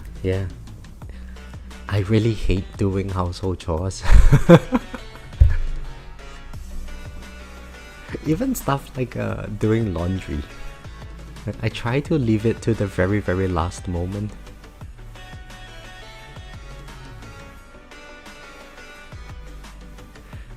And there's always groceries and stuff, right? Like, cooking for a person and meal prepping is just it's a chore, but food prices are so expensive here. Odin, since I'm at the level that I'm at, do I still grind coins as much? Oh yes, Odin, it's a perpetual grind in this game. You might think that my coin is pretty high, but then it's just reflective of the stage of progression you are at. I farm for, at your level you might maybe farm for a day to get one level of enhancement in. It's exactly the same for me. And even those ahead of where I'm at, they are also doing the same thing. They just have a lot more coin than I do.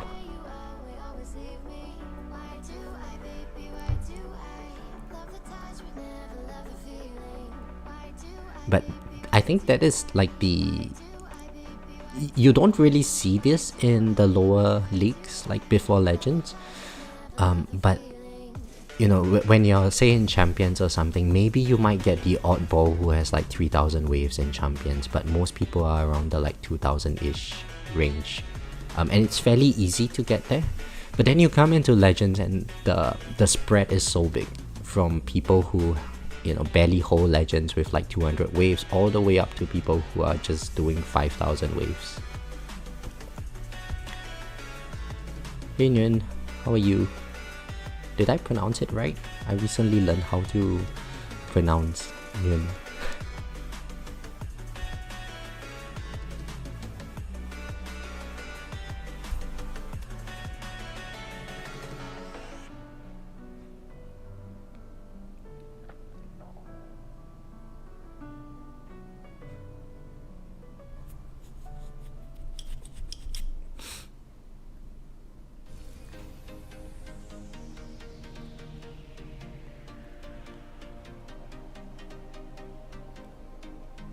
The new update hit me in my face. I can't update the game since I'm from Vietnam.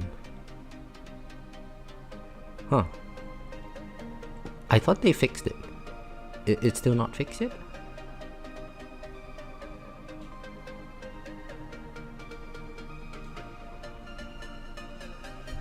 What should your 5th ultimate weapon be? So invest, which league are you in at the moment? GT Black Hole Death with Chain Lightning.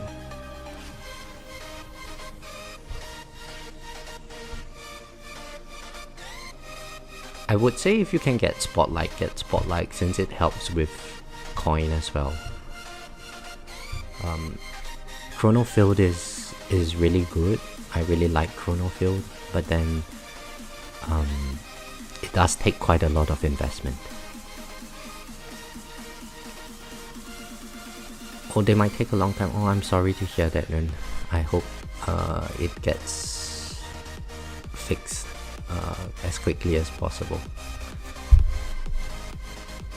Hey Casey, how are you? I didn't wait for you to come online this time round. But anyway, this is the 2nd tournament run. The first tournament, I kind of died around the wave 2100 region, I think. But the guy in front of me is slightly ahead, so I'm going to try to beat him. Hey Rubber, how are you? Tournaments doing good. So this is where it is. Oh my goodness, Cap is still moving. Shit, I'm going to have to eat my words, right? I hope I can beat him. No, Casey, so I tried webbing in the previous round, and it didn't work out very well for me. So this is my wave count with webbing, 21-27. Earlier, the guy in front of me was at wave 22 something. So I thought maybe if I do just standard project funding with death penalty, I'll probably be able to beat him. Now I'm not so sure, because the difference between webbing and my standard tournament setup is probably about 100 to 200 waves.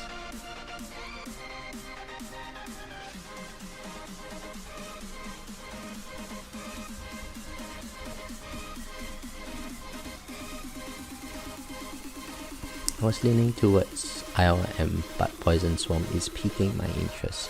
So invest, Poison Swamp is good, but it's only good when you have Chronofield Plus, because you want the enemies to spin into your swamp so that you can stun them.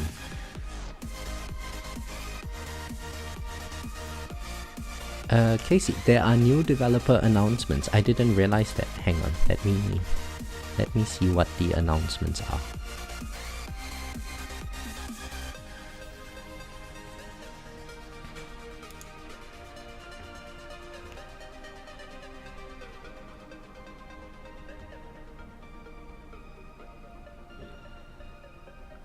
Hey Tower Defenders, we are excited to announce the grand opening of our new official web store.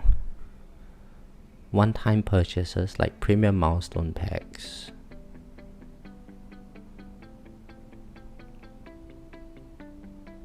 allows you to give items to other players the same way as the Exola web store. It will have additional 5-stone packs available for purchase. Oh my god. So Casey, I guess it's good if you have already maxed out your Exola for the month. I haven't touched my Exola, so I don't intend to. Oh, I guess this announcement probably wouldn't benefit me in any way.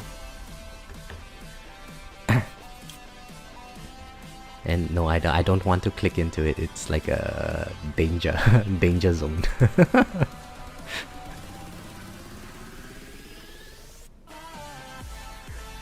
You know what? Let me quit my Discord at the moment. I don't want to see that and be tempted.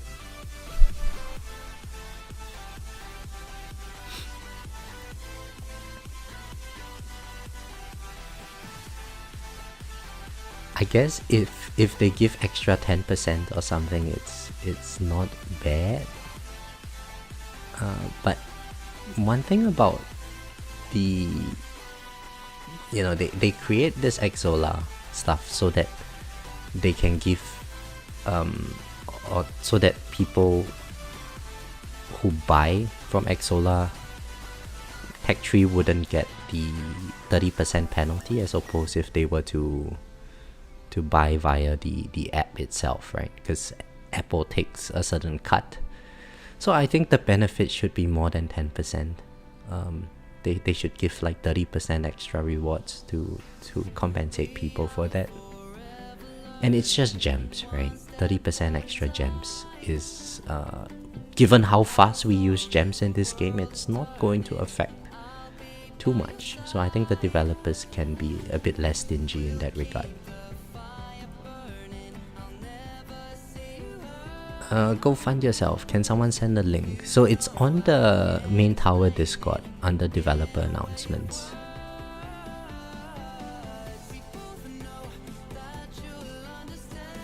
The website is forbidden in this channel. No, of course not, Lelis. You guys can go buy whatever you want to buy. I just can't afford it.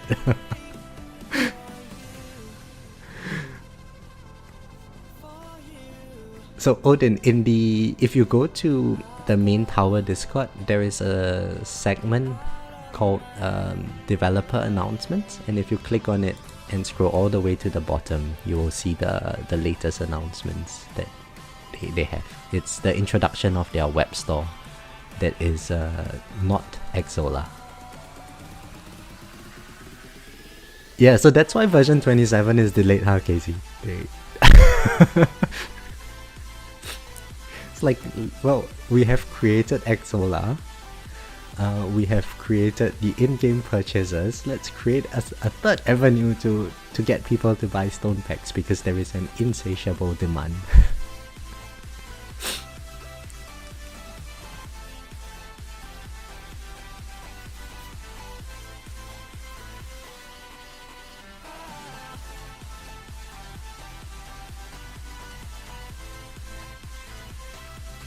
All the stones, all the time. I completely agree with that. Well, to be fair, where my stone count is at, I'm actually very happy with it. I don't feel the need to have to buy stone packs anymore. I mean, sure, it's good. I can get more eco and I can get more damage and so on. But for the most part, I think I used to buy stones so that the game becomes more AFK friendly for me, and now that my game is pretty much AFK, I'm happy to no longer buy stones, and if it means that my overall ranking drops, then so be it.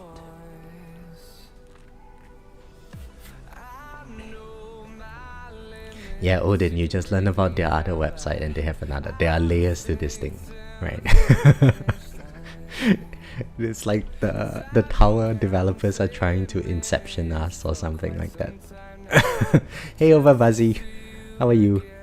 You wish you can say the same. No, where you are over Buzzy, when you guys are competing at the top, I think getting all the stone packs is probably mandatory, right? I'm thankful I'm not in that level of competition.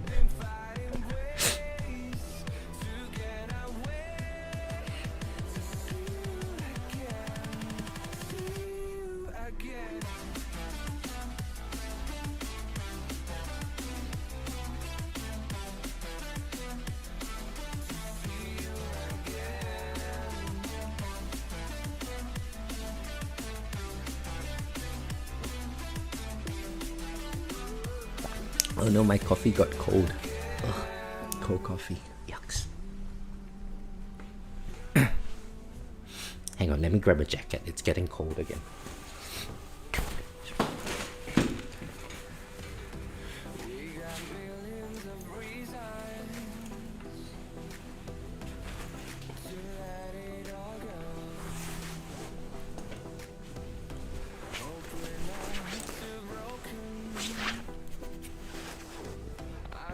Okay, I'm back. So far so good. I think I haven't taken a hit from any enemy yet.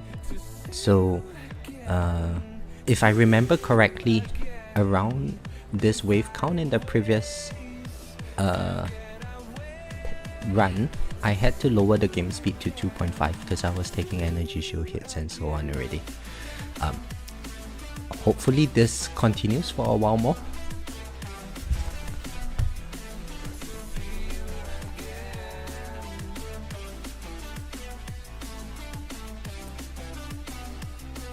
Casey, so just out of curiosity, as a viewer, I would be interested if the stone packs in the new store is more expensive or cheaper for... Or would I be more interested in the stone packs in the new store if it's more expensive or cheaper for... Sorry Casey, I don't quite understand the question. Is more expensive or cheap? Oh, okay. I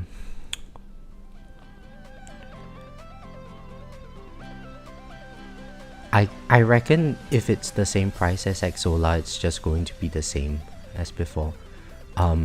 If they make it cheaper in the new web store, it's probably because they can get a better cut from it. So the markup would probably be the same, right? Daniel says, my last 3 ultimate weapons are Poison Swarm, Smart Missiles, and Inner Landmines. What do I recommend? I like Poison Swarm, Daniel, but it's probably going to be a while before you develop any of those 3 ultimate weapons, I guess.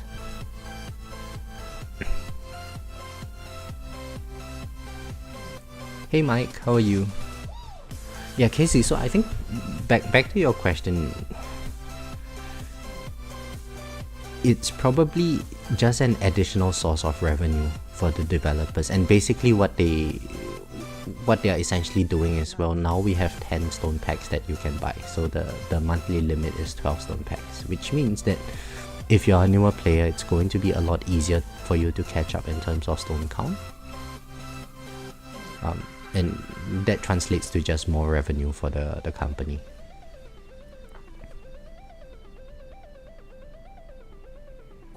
Oh, I see. You're asking if the stone packs are cheaper for me because they updated the pricing in different currencies.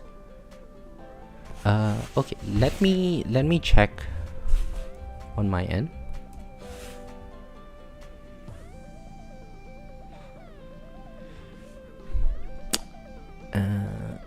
Oh no, you're going to make me click on the link, Casey. What if I cave? What if I buy stones? Oh no. So it says here that the stone pack is 91 Australian dollars on this website. In Exola, it is $91 as well, so it's the same price as... Oh, hang on, it's $91.99 in Exola, it's $91.29 in the web store version, so I guess we get 70 cents cheaper with the web store version.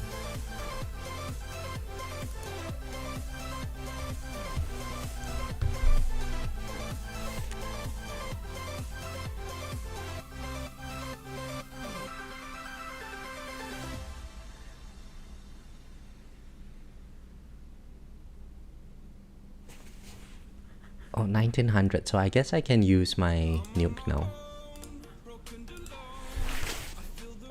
Over Buzzy, you have to pay about $2 more. Okay, so Over Buzzy, are you... I watched your video and you sound Australian. Are you not Australian?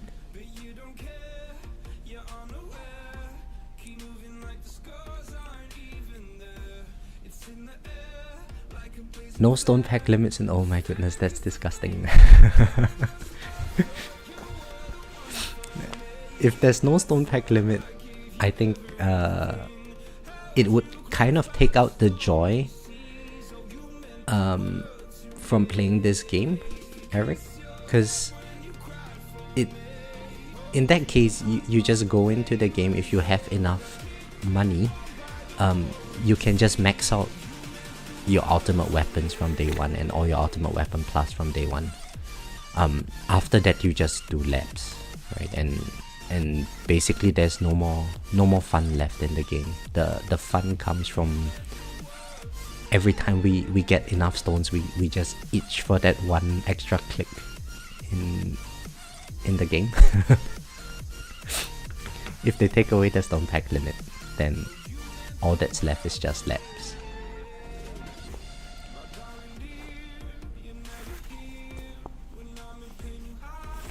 Don't blame me, I'm just a loyal viewer, Casey.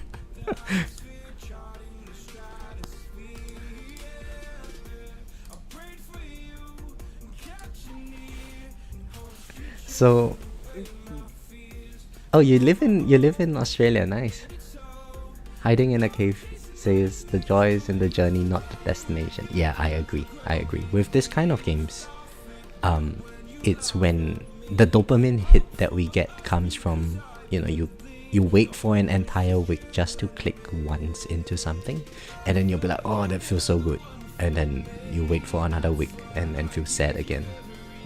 It's also the reason why, like, if you buy stone packs at the start of the month, you are basically just camping for when the timer resets, just so that you can get that extra click into 1 or 2 ultimate weapons or something.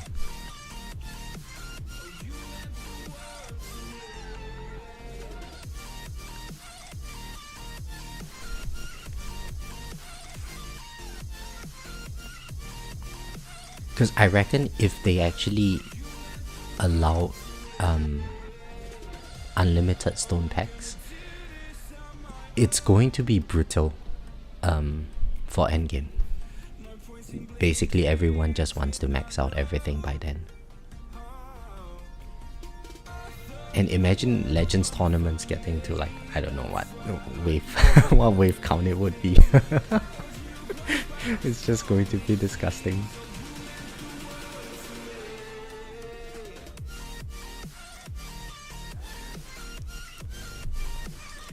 I think it will be dangerous for them to take away the stone pack limit. I suspect that your players who are below the super big spenders will get disheartened and might stop spending. Yeah, I agree.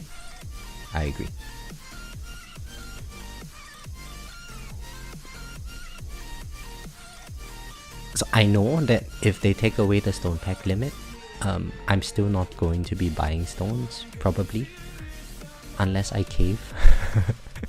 But it's very likely that there will be people who are significantly behind me in terms of progression now. They just go ham on their stones, and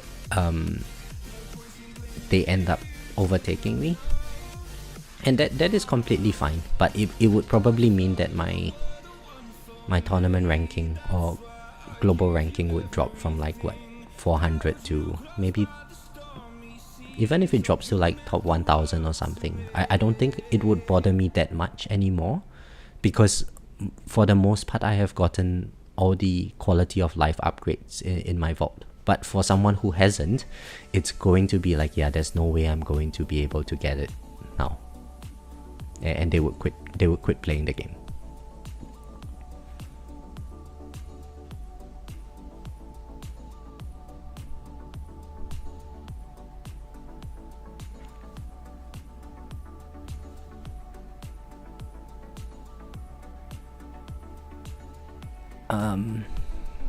Yeah, Mike, so if they remove the stone pack limit, they need to add a new tournament league. Even then, I think with the power spike that stones bring, that new tournament league is, what, even if it's tier 18 plus, I'm pretty sure those at the end game, it's easy for them. They're still going to get a few thousand waves at that level of difficulty.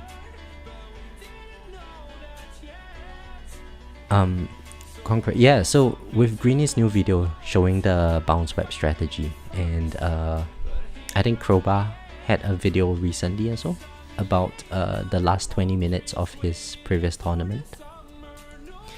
which employed the same strategy.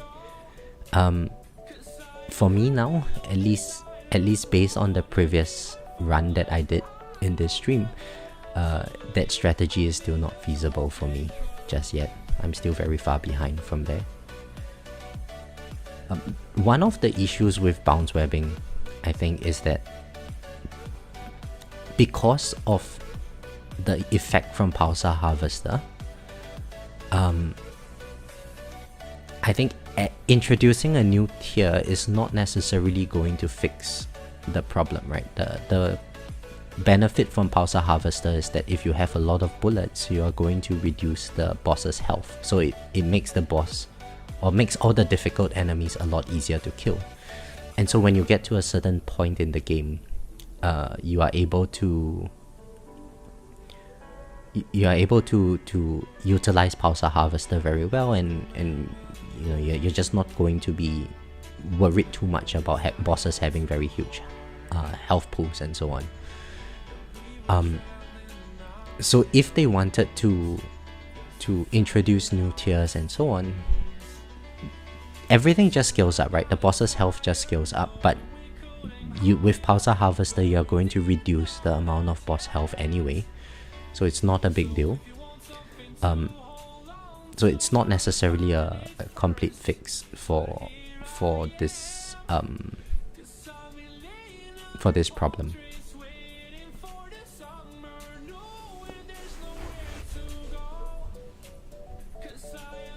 It might have to require like some redesigning of like a Pulsar Harvester. Maybe cap the amount of level skips that it can provide. To be something that is still, you know, potentially better than project funding, but not that much better. And also they have to fix the game speed thing, because 12 hours for tournament runs, that's just too long.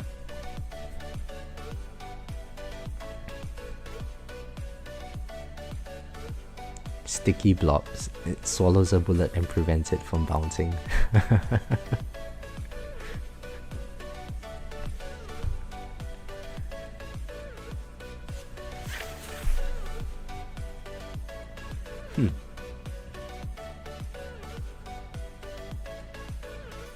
That elite is going to be very tricky to deal with though.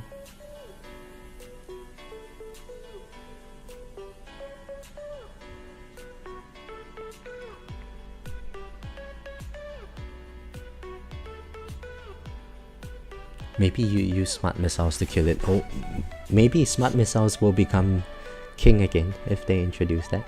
You just amp the elite down. I kind of wish smart missiles in the next version becomes like the ultimate weapon to go to. I really like smart missiles.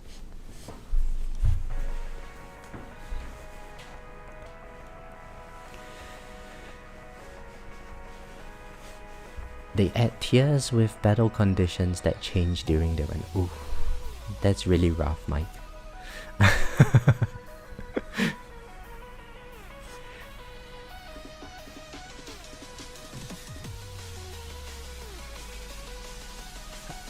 Out of curiosity, what kind of battle conditions do you guys think would be interesting to include?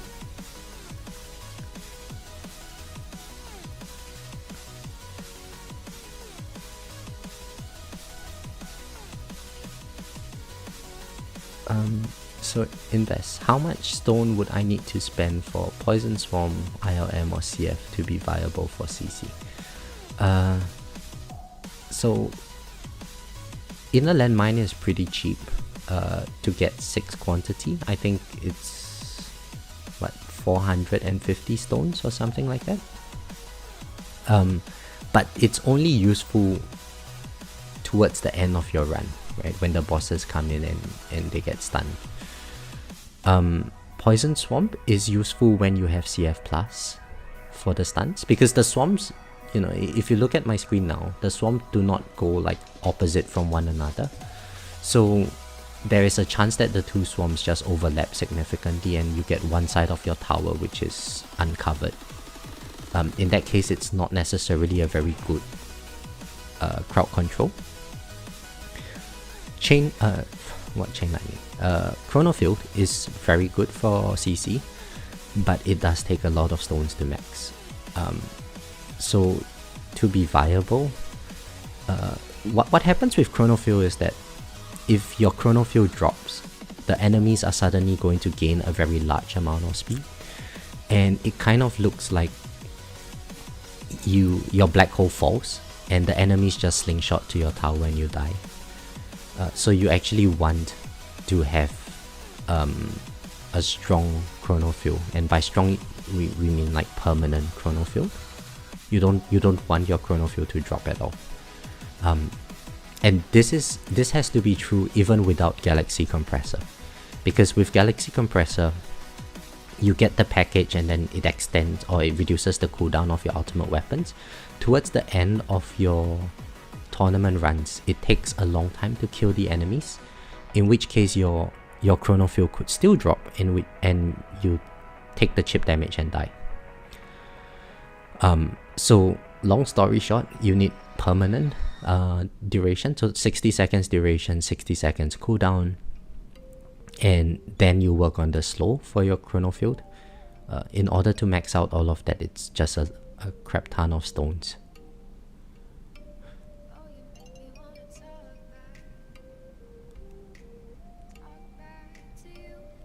Casey says, wasn't Smart Missile really good and then Poison Swarm got reworked and now it outclasses it? Yes, Smart Missiles used to be really good because I think back then everyone was sort of running very small ranges. And when you have a small range, your Smart Missile radius is pretty large. So you get that benefit from amping. Nowadays, people, I guess with masteries and so on, you want like your range mastery and so on. So your base range is a bit larger. Your Smart Missiles get a bit less coverage, so it's less amplification. And because of the Poison Swamp rework, it no longer lags your game. You get the slow, you get the stun, you get the ticking amp, and with higher Chrono Field, you now can delay the time the boss takes to hit you by a very long time. So I guess that's what makes Poison Swamp a bit better than Smart Missile now, at least for me. I would say though, Casey, that like in my farming runs, my Smart Missiles are not the best, but they are not bad either. It's like what, 500x damage, 11 quantity, max cooldown. There are times where, you know, around wave 4000 in tier 16, if a protector comes in, all my missiles go on the protector. It's still not enough to kill the protector, or break the protector shield. So you know, a lot of damage is not necessarily like the only way to play the game, I think.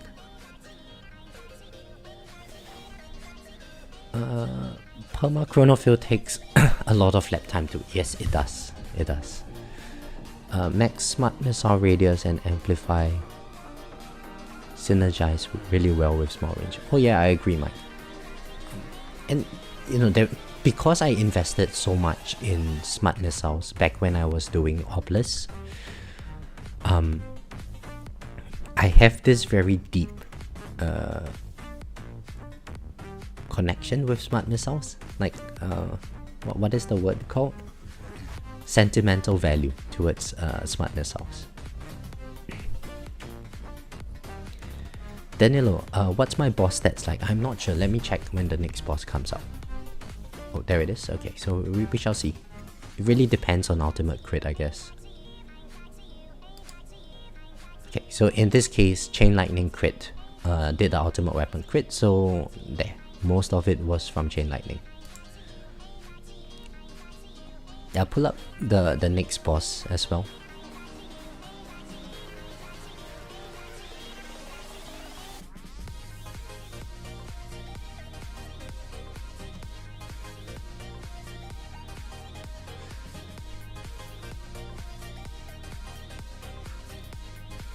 Daniel, so perma black hole isn't enough to address protector concerns. Well, I don't have permanent black hole. I'm lacking 2 seconds. So I mean, it's not really a big problem for me because I use Space Displacer in my farming runs. So in this case, Chain Lightning and Poison Swarm crit, and so therefore they are on top. So the boss stats actually just vary based on which ultimate weapon crits. Eric, why didn't I disable my black hole? Well, in the previous run, Eric, I disabled my black hole, and I was having issues with the main issue I was having is that if I target my ranged enemies, the fast enemies come in and kill me, and if I target the fast enemies, the ranged enemies come in and shoot me. So in this case, I think it would be good to have that extra CC there, even though black hole might fall. At least if the black hole is up, I can kill the fast enemies first, and so when black hole falls, then I can kill the ranged enemies or something like that. I'm just testing it out, not sure if that's going to make a big difference overall. We will now start calling them sentimental missiles. SM.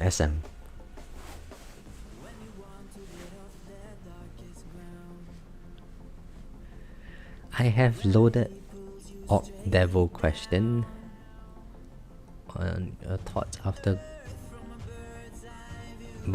on going after permanent black hole to help with tournaments and using Multiverse Nexus to maintain sync versus trying to maintain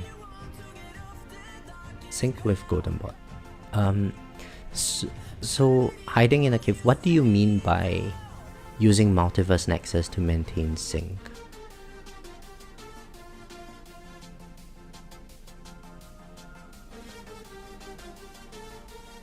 And why would permanent black hole help with tournaments? Are you using Galaxy Compressor?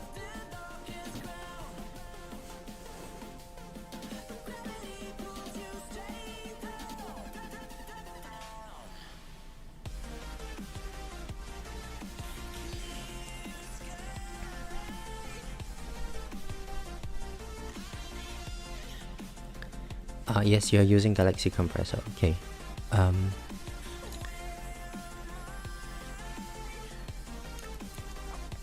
So with Galaxy Compressor, if you have permanent black hole in your tournaments, it's really good for battle conditions like today, because you don't have to worry about fast and range enemies, right? You can just target the boss down. The drawback is that you're not using project funding, which is a lot less damage on the boss. At least where I'm at, that's going to give me less waves if I use Galaxy Compressor. So I'm going to have to kind of sacrifice not having permanent black hole in where I'm at. But for you, it might be a bit different. Because in the earlier stages, especially if you're still using Orb Devil, I presume you are EHP farming. In that case, the ability to do damage is not that important. Project funding is not necessarily going to be a net gain for you. So having the control just means you take less damage. The only thing that really hits you in that case is just the boss. The boss will die to taunts, and as long as you can survive taking hits from the boss, you will be fine.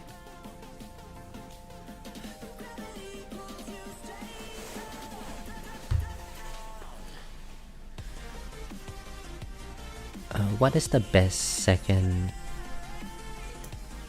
up substat on my cannon? Well, which cannon are you talking about? Go find yourself. Casey says they use Ohm chip that's mythic. Black hole CD and duration with Mythic G-Com made for permanent black hole. Yep.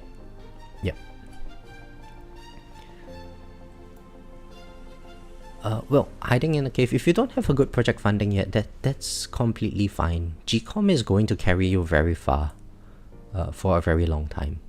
And in fact, like, you don't really need damage all the way until you start trying to push for legends.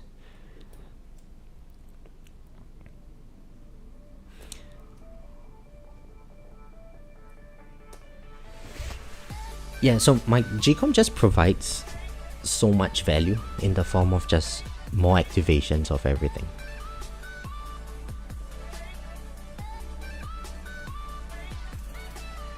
So 2-star Ancestral Astral Deliverance.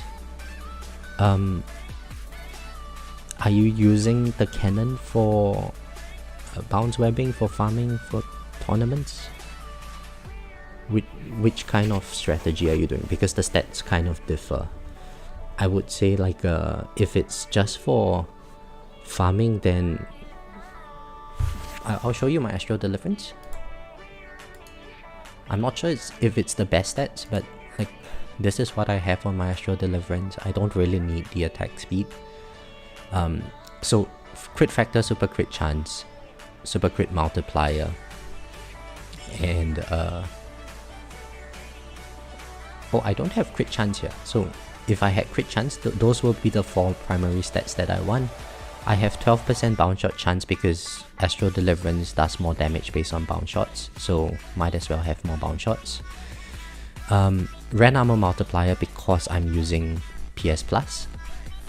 And multi-shot chance just because I chanced upon it. So it's really expensive to roll. I don't really care too much about the effects of the cannon.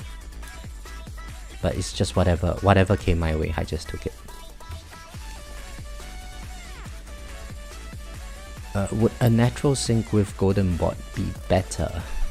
So I would say not. Hiding in a cave.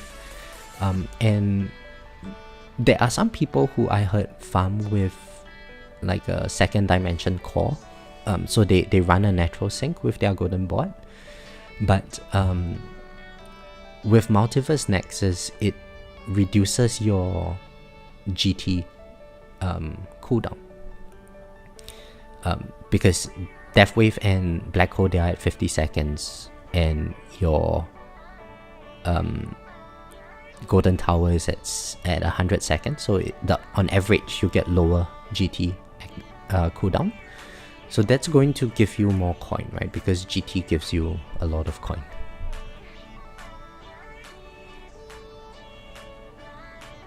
But it's best you just do like a play testing. Just test out one run on each and see how much the difference is. It's very dependent on how your tower is upgraded.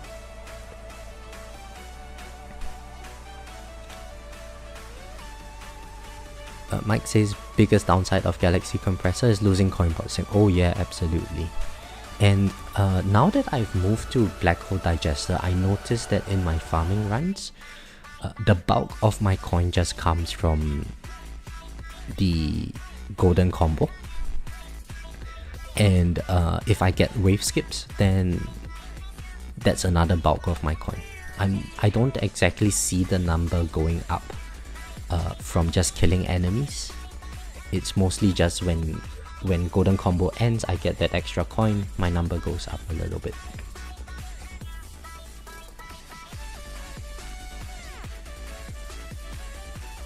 For tournaments, first one is attack speed. Yeah, so if you actually look at my death penalty now, I don't have attack speed rolled on it.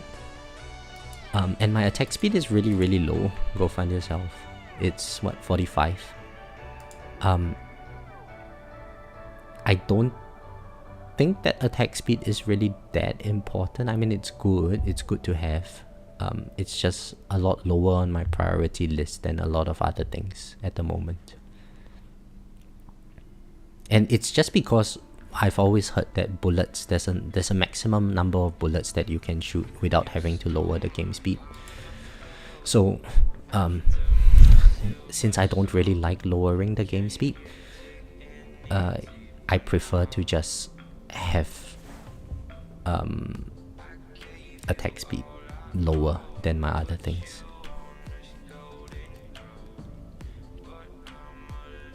So we are nearly at the point 2156. What was my previous tournament? 2158. Yeah, so we are near the point where I died previously. And as you can see under this setup, it's a lot safer. I've not taken much damage.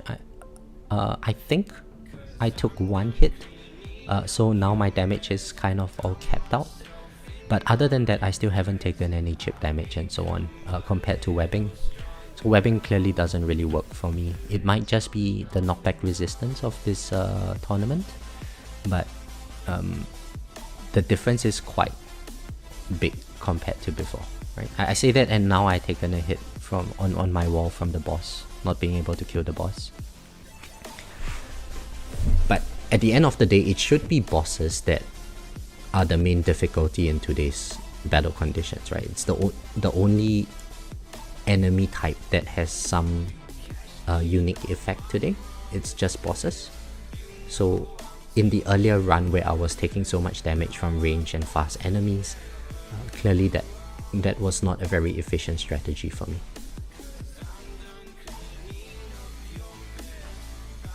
Yeah, holding strong. Hopefully I can win the guy ahead of me. 2333. Okay, how many waves is that? 200 waves. We should be able to push for another 200 waves, I think. We still haven't... There's no Death Defy battle condition today, which means I should be pretty safe.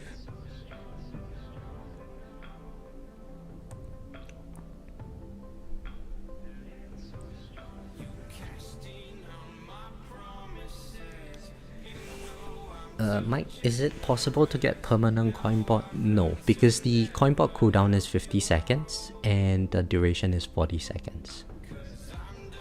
It would be great if we got permanent coin bot, right?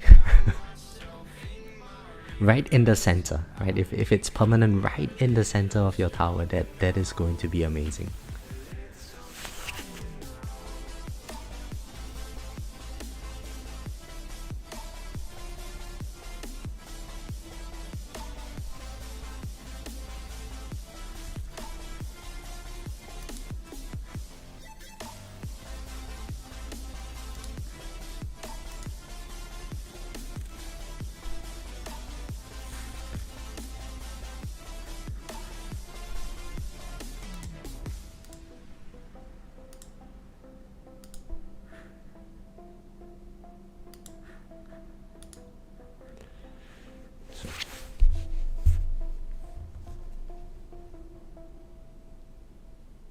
Hey all clouded, how are you?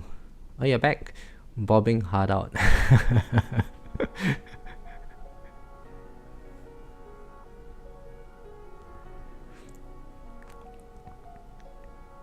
So clouded, I sent you that message the other day, but then you know, I was when I heard your Mama Cloud and Papa Cloud story, I was actually walking back home after my run. So I started laughing to myself. You know, I had my earphones on, and I started laughing to myself. That was really funny. It's pretty embarrassing actually to be walking on the street and then you just cannot help but start laughing. You made me feel very self-conscious.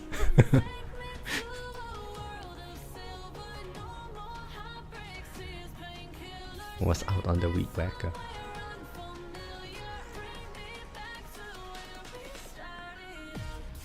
$2,200. Hang on, let me lower the game speed. I need to use the washroom.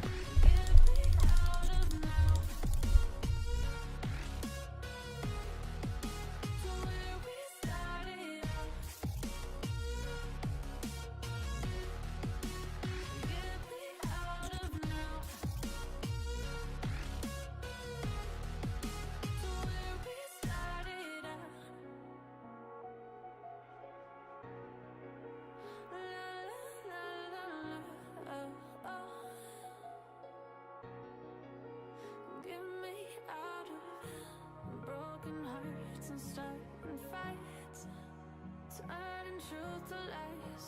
Gotta get up, stop wasting time. Yeah, I wanna run off and fly. And I tell myself it's fine to be alone, just to find somewhere that finally feels like home. I hate all this overthinking. The more I swim, the more I'm sinking. Take me to a world of silver, no more heartbreaks, tears, painkillers. Take me somewhere unfamiliar, bring me back to where we started out. Get me out of now. Okay, I am back. Can speed can go back up again?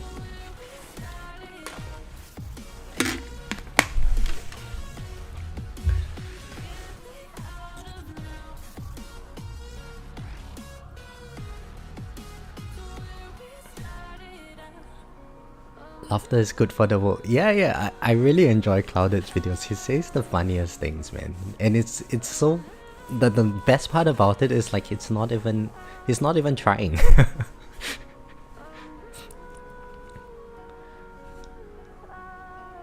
That's pretty funny. Poor kid didn't stand a chance at life.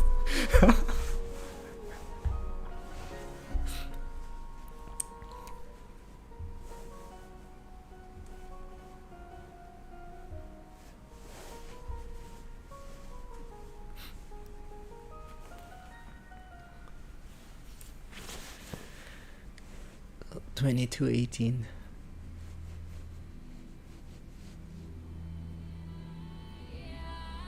So I'm kind of at the point now where in my tournament runs,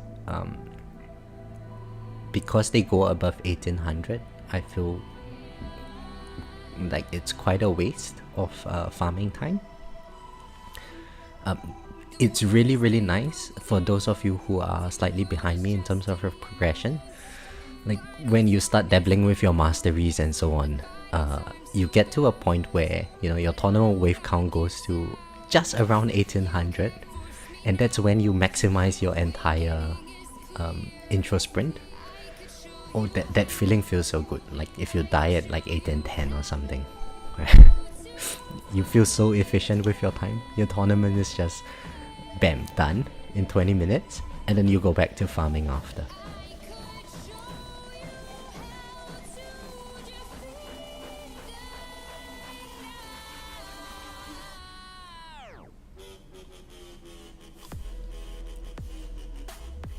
Did y'all see someone just got perma GT?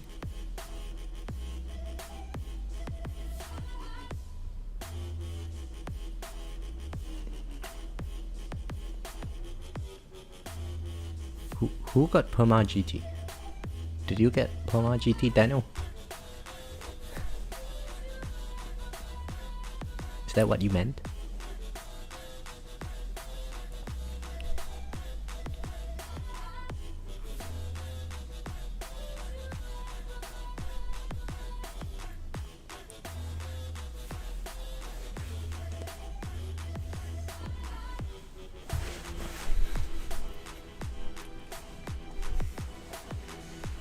No, so all clouded. Oh, really? All clouded got perma GT. Oh yeah, because of that MVN that you showed, right? Yeah, clouded. You made it known to the world that your uncle is Futs, so you know the whole world is kind of jealous at you now, clouded.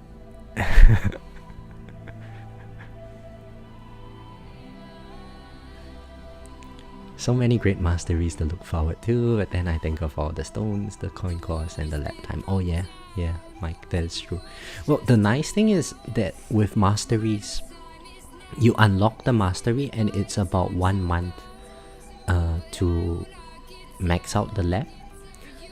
During that 1 month, you can see very steady progression because you have unlocked that mastery. So it's actually not as bad as like investing into ultimate weapons. Investing into ultimate weapons is just one click and then your progress goes up, but then it kind of stagnates there for a while until your coin catches up.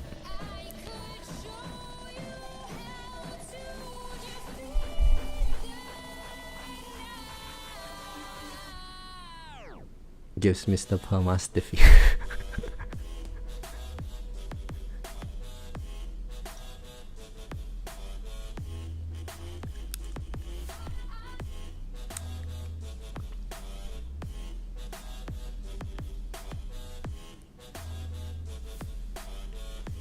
Oh, I saw some hearts. Hey, don't forget to like the stream, guys. How many likes do we have? 13 likes. Yeah.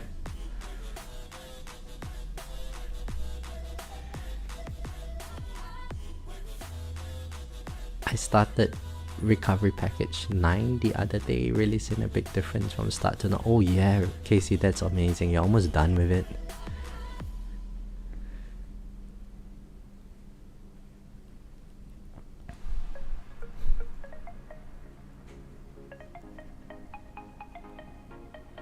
So recovery package chance is, honestly, if I had to pick which mastery to start with, it would be RPC. Like even if you just base unlock it, it's still giving you all of that extra shards every day. So like the moment, if I had to start a new account, I think what I would do is, if I unlock card masteries, I would straight away unlock RPC mastery and then work towards my GT Plus. In the meantime, I'm going to just be getting module upgrades and so on, which just generally help the game all around.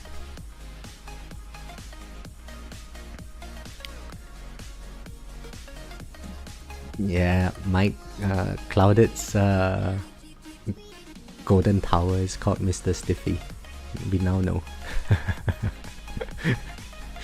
Hey Dr. Trashback, how are you? Are you back from your holiday in Vegas or still there?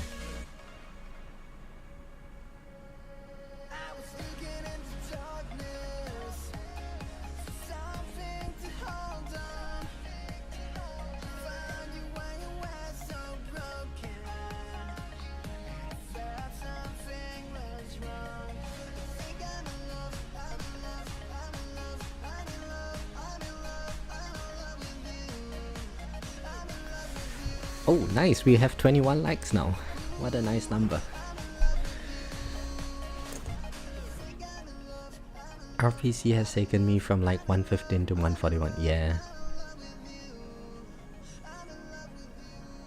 Yeah, so if I remember correctly from one of his older videos, Casey, Crowbar Zero mentioned that it's about 1,000-ish of each type every day at max level.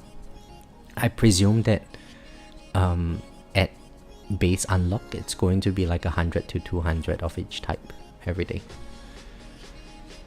But given how low, or how little shards you need at like level 115 or something like that, it's going to be so impactful, right?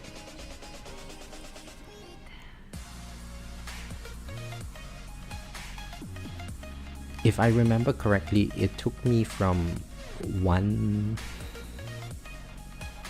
I went from 141 to 161 before my mastery lab was complete. And knock out reroll shards and daily mission labs early on. Yeah, I mean, those are all the econ labs that you should get. It's just more currency.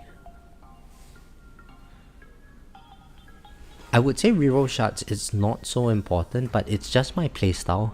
I don't really like rerolling very much, or I didn't really like rerolling very much back then. So I just left all the rerolling to be done at like 141. Now I say all the rerolling. I acquired about 3 million reroll shards, At 141, I rolled my Multiverse Nexus, and this is where, you know, if you are all clouded and Futz is your uncle, you only need 400,000 reroll shots. For me, I used all 3 million on my Multiverse Nexus, and I couldn't even get the +3 Death Wave quantity on it.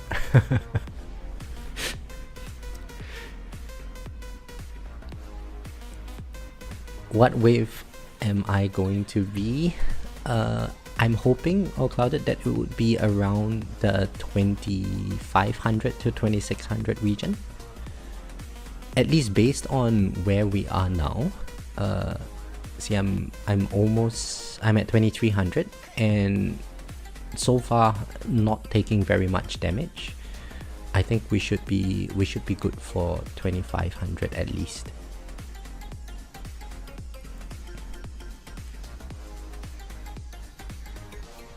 Casey, I don't care for rerolling, but I'm terrible, so no choice. Yeah, now with the bands, those bands are actually really helpful.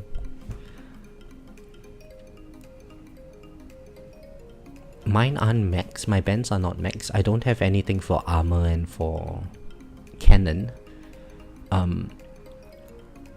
But I have 2 for generator, and that helped me get my Black Hole Digester to get all the substats that I wanted on my Black Hole Digester. With not too much difficulty. I think about 5 million reroll shots in total. For my core, I have 4 bands. But rolling cores are really, really painful. So I think I might need to put in another 2 levels. And for cannon and armor, I should at some point. Maybe when my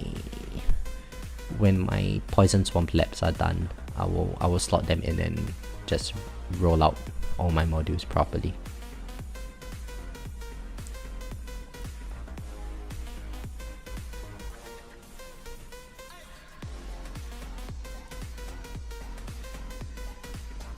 Oh, that's huge, bro.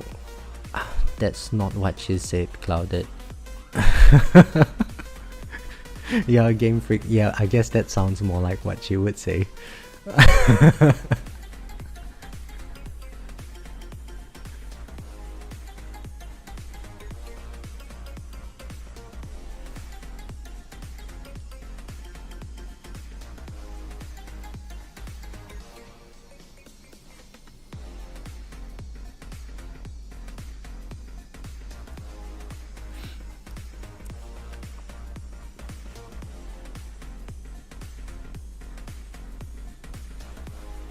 Gems, nice.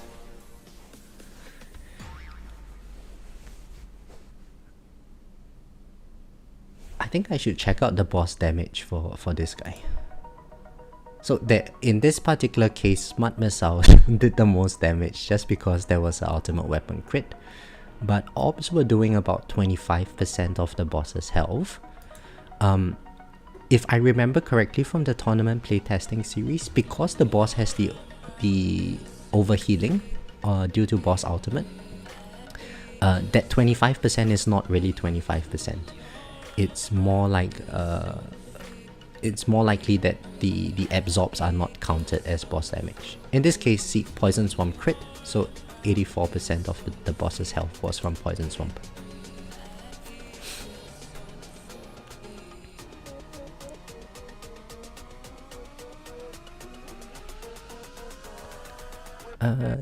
Daniel said, I just died at wave 984 Champions League. New PB from 906 last tournament. Congratulations, Daniel.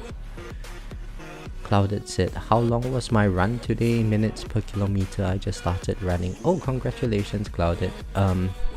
So I haven't run today. I'm really hungover at the moment. I was out drinking with my friend. These days, my easy runs go for about maybe 10 kilometers. I typically run at about 6.5 minutes per kilometer if I'm going easy. If I'm pushing hard, maybe my 5k pace, or No, maybe my 10k pace now is about like 4 minutes 20 seconds a kilometer. It's not very fast.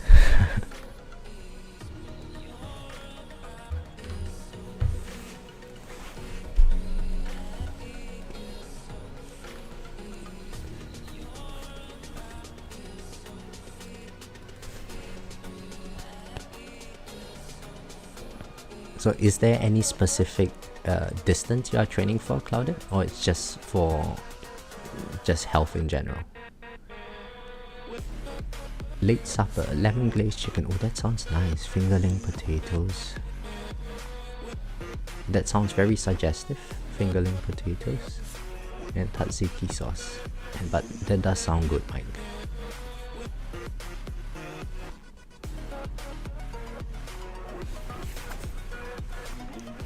Champs is kind of goofy these days, but just keep it. What's wrong with Champs at the moment, Casey? Is it just people's wave counts are really high?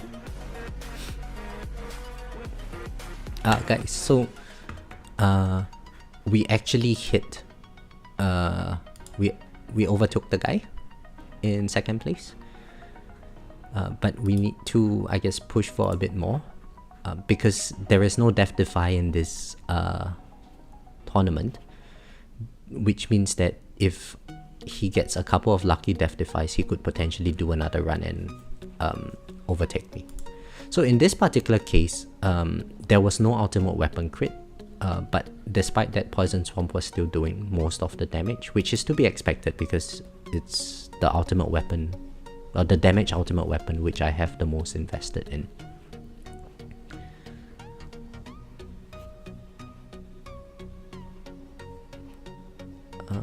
Yes, it's Goofy rank 11 for now, and usually I drop 7 levels by the end. Well, I hope you hold rank 18 or at least rank 15. That would be a safe amount. Sharp Fortitude has made Champs crazy, I think. Probably. Yeah, everyone is using Sharp Fortitude now because of the extra wall health that it gives. Clouded, 10 kilometers in 40 minutes. No, I'm slightly slower than... Hang on, let me check what my... I haven't actually been training... Well, I still run regularly. I just haven't been training for any specific event lately, so I can't remember my running stats. How do I check my running stats? Activities, running.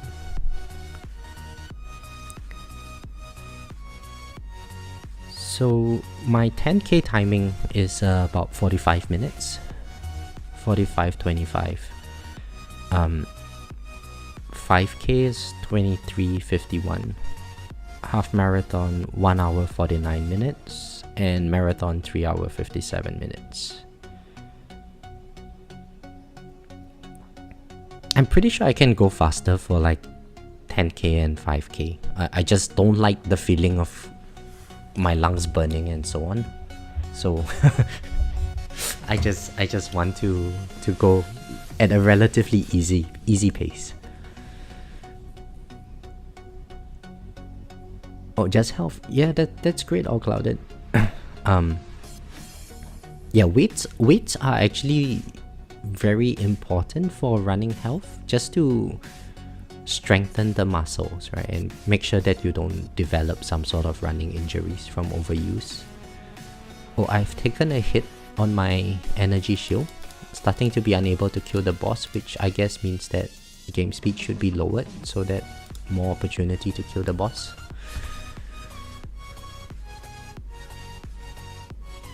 Let's see what this Mythic Plus project funding does for me in tournament. Congrats, Maxwell, on your Mythic Plus project funding. I hope it serves you well.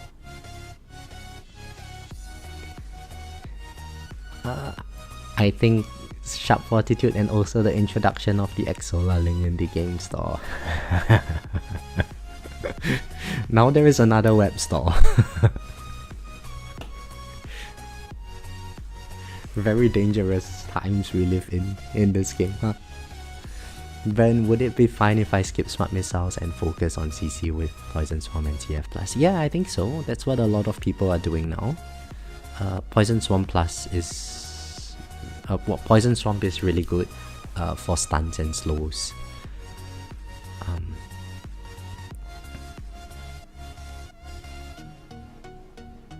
Possibly CF Plus would be very useful as well. Why is there no Death Defy? Not having Death Defy is not good, guys. Earlier I must have gotten like 3 or 4 Death Defies, right? Over here now, I've got 0. Oh no. Does this mean that I have to do another run? I don't want to do it anymore.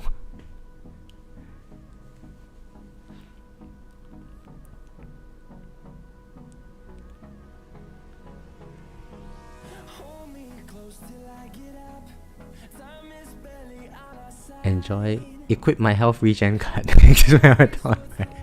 Yeah, I'm no longer going to do a marathon anytime soon.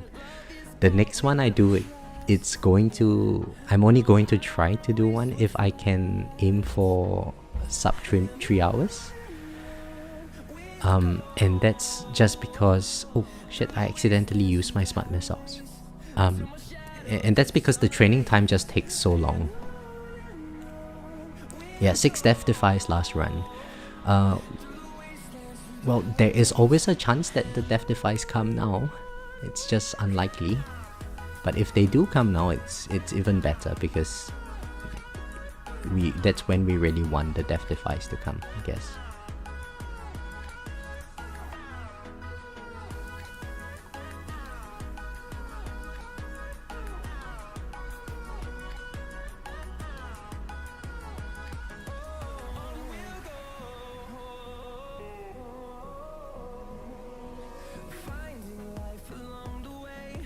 Your nuke should be up soonish.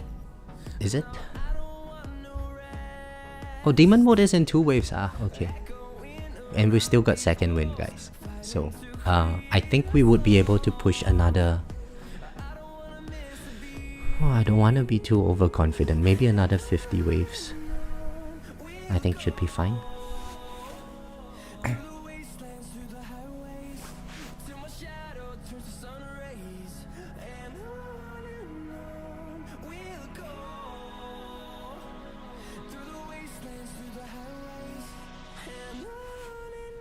And I guess when Demon Mode comes, I can increase the game speed. Doesn't really matter at this stage.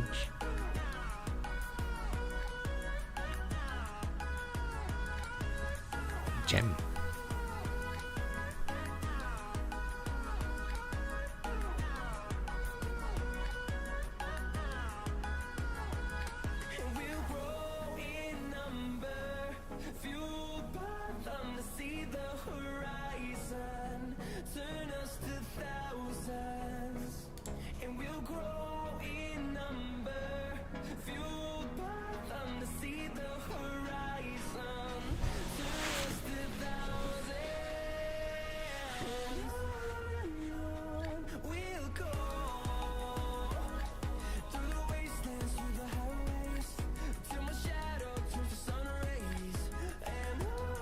So actually I'm very curious if anyone here uses Spotlight Plus, because I was watching Skylar stream on Discord the other day and he runs Spotlight Plus, and from what I can see he just melts the bosses.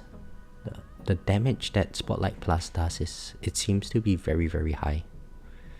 But because I'm using Poison Swamp, unless it crits, I don't really do very much on the bosses in general. So it's very tempting for me to want to unlock my Spotlight Plus and get a couple of levels into it. But I think the best play for me now is still GT Plus.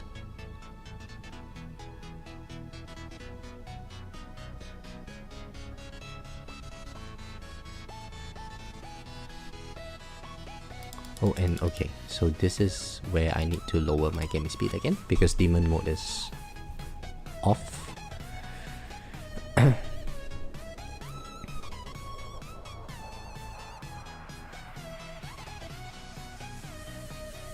And for those of you who were watching the first run, you would probably notice that I'm taking a lot less chip damage in this run, just by having the black hole turn on.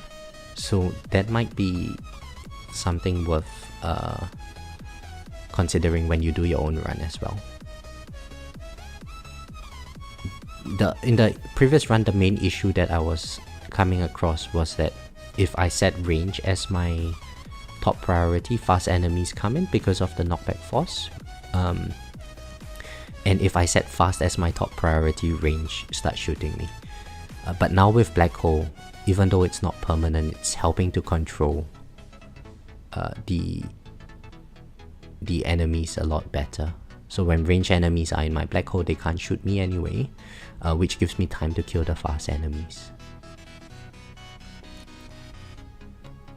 And because I'm not using webbing, I'm able to set my shockwave size to be all the way out, or maximum shockwave size.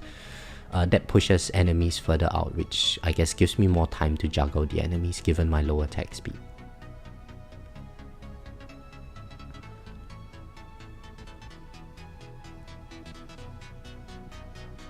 And this is the issue with project funding for me, because we no longer get the level reductions on the bosses. You can see like when the boss's health gets to like D for me where I'm at, it's, oh, there we go.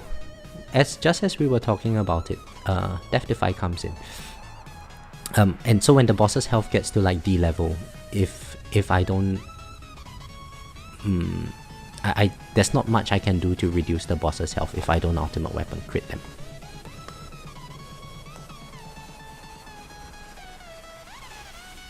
Casey, so I'm going for GT12 this month. GT14 is still a long way more for me. Eric, banger music. Oh, thank you.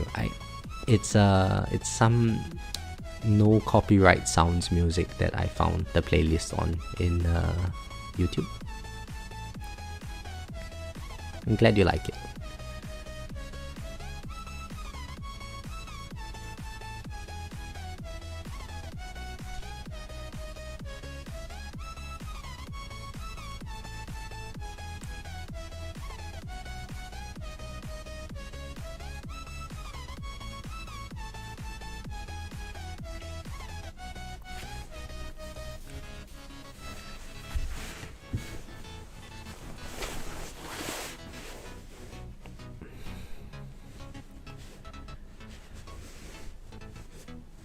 Just before I came on the live stream, I was watching Christian stream his farming runs, and he is you know, I joke around saying that his early game and stuff, but his coin per minute was really high.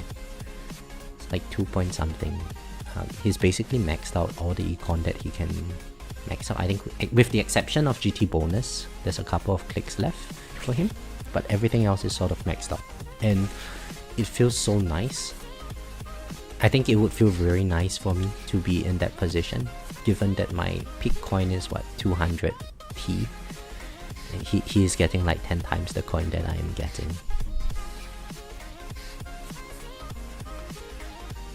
Casey, Christian streamed, well, he was sharing his stream on Discord in one of the voice channels. And it's very nice to see like when people ahead of you are streaming, because, or at least for me, it gives me a very good idea of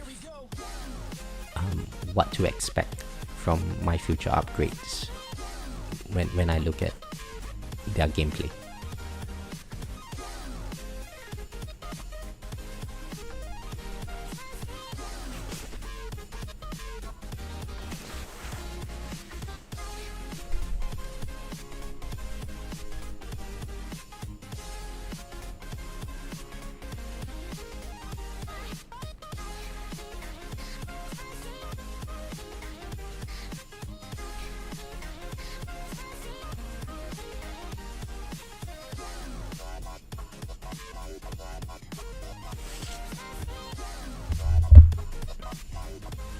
Oh wow, and just like that, it's a 3-hour stream already.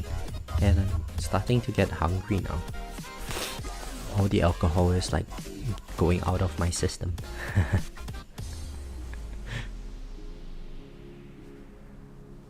I just max my depths in the workshop to get it all.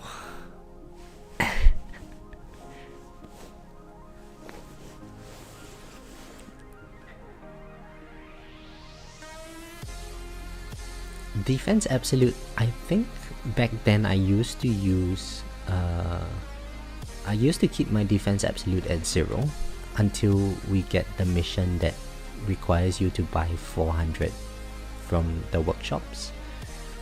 Then I would just add 400 levels to my Defense Absolute, and every now and then when it goes up to full, I would do a respec again. But yeah, I've always been very stingy with my gems, so I never bothered with respecking until I could do the free respecs in the vault.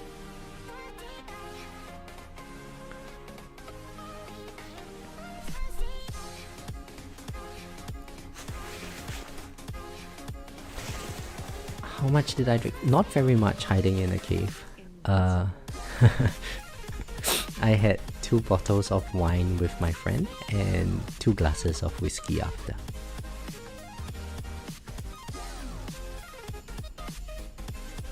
Surprisingly, I don't have a very bad headache today. It's just feeling very dehydrated and just felt like I didn't really sleep very properly. I mean, granted, I was sleeping on my couch holding a packet of fries. But yeah, I didn't have a very good sleep.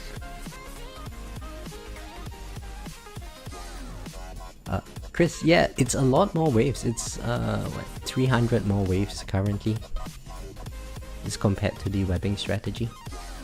So this is very good news for me because it means that there is a lot less that I need to worry about in terms of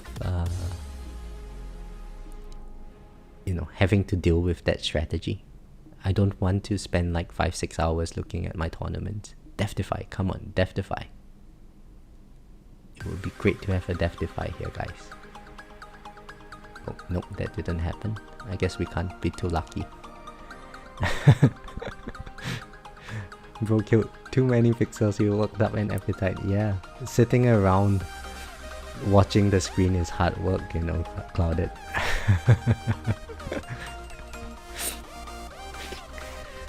The other guy, yeah, he's been at 2333 for a long time, so I think we should be fine.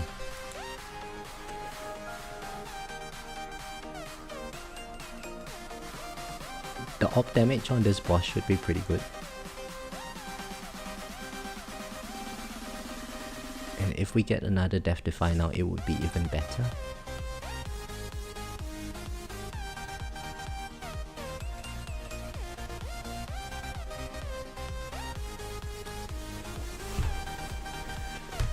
Wine, yeah, so with red wine, I find that it gives me a very bad headache, but yesterday we were having white wine, and with white wine it's not too bad. I just noticed that my heart rate gets pretty high when I drink wine, or when I drink alcohol in general. I think my body is just trying to process the alcohol. So having... I guess that's what affects my sleep quality. And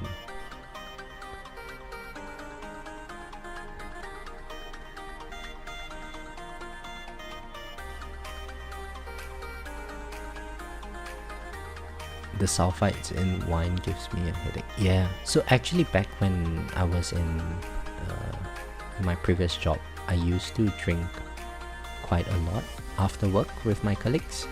It's mostly brandy that we drank, and sometimes beer. Oh, and there we go with it. Just as the show was about to recharge. Oh no. Oh, 2469. That's a good wave count. So let's check out the difference. Only one Death-defy in this case. So potentially I might have been able to get 2500 if if there were like 5 death defies or 6 death defies like in the previous run. Death rate damage is significantly higher, orb damage is significantly higher. I presume this is just because enemies have more health from that last 300 waves. But swamp damage is still lacking behind chain lightning, and it's also higher. I presume that's just from project funding. Black hole damage is actually pretty significant. It's double my swamp damage, so not having that black hole on in the previous run probably was not doing me any favors. But then again, with webbing, I don't think you can use black hole.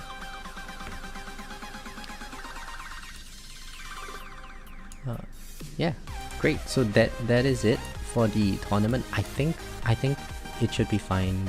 We shouldn't really need to do a third run, but I will see. Let's buy some modules. Do I get another galaxy compressor? No, thankfully not. Okay.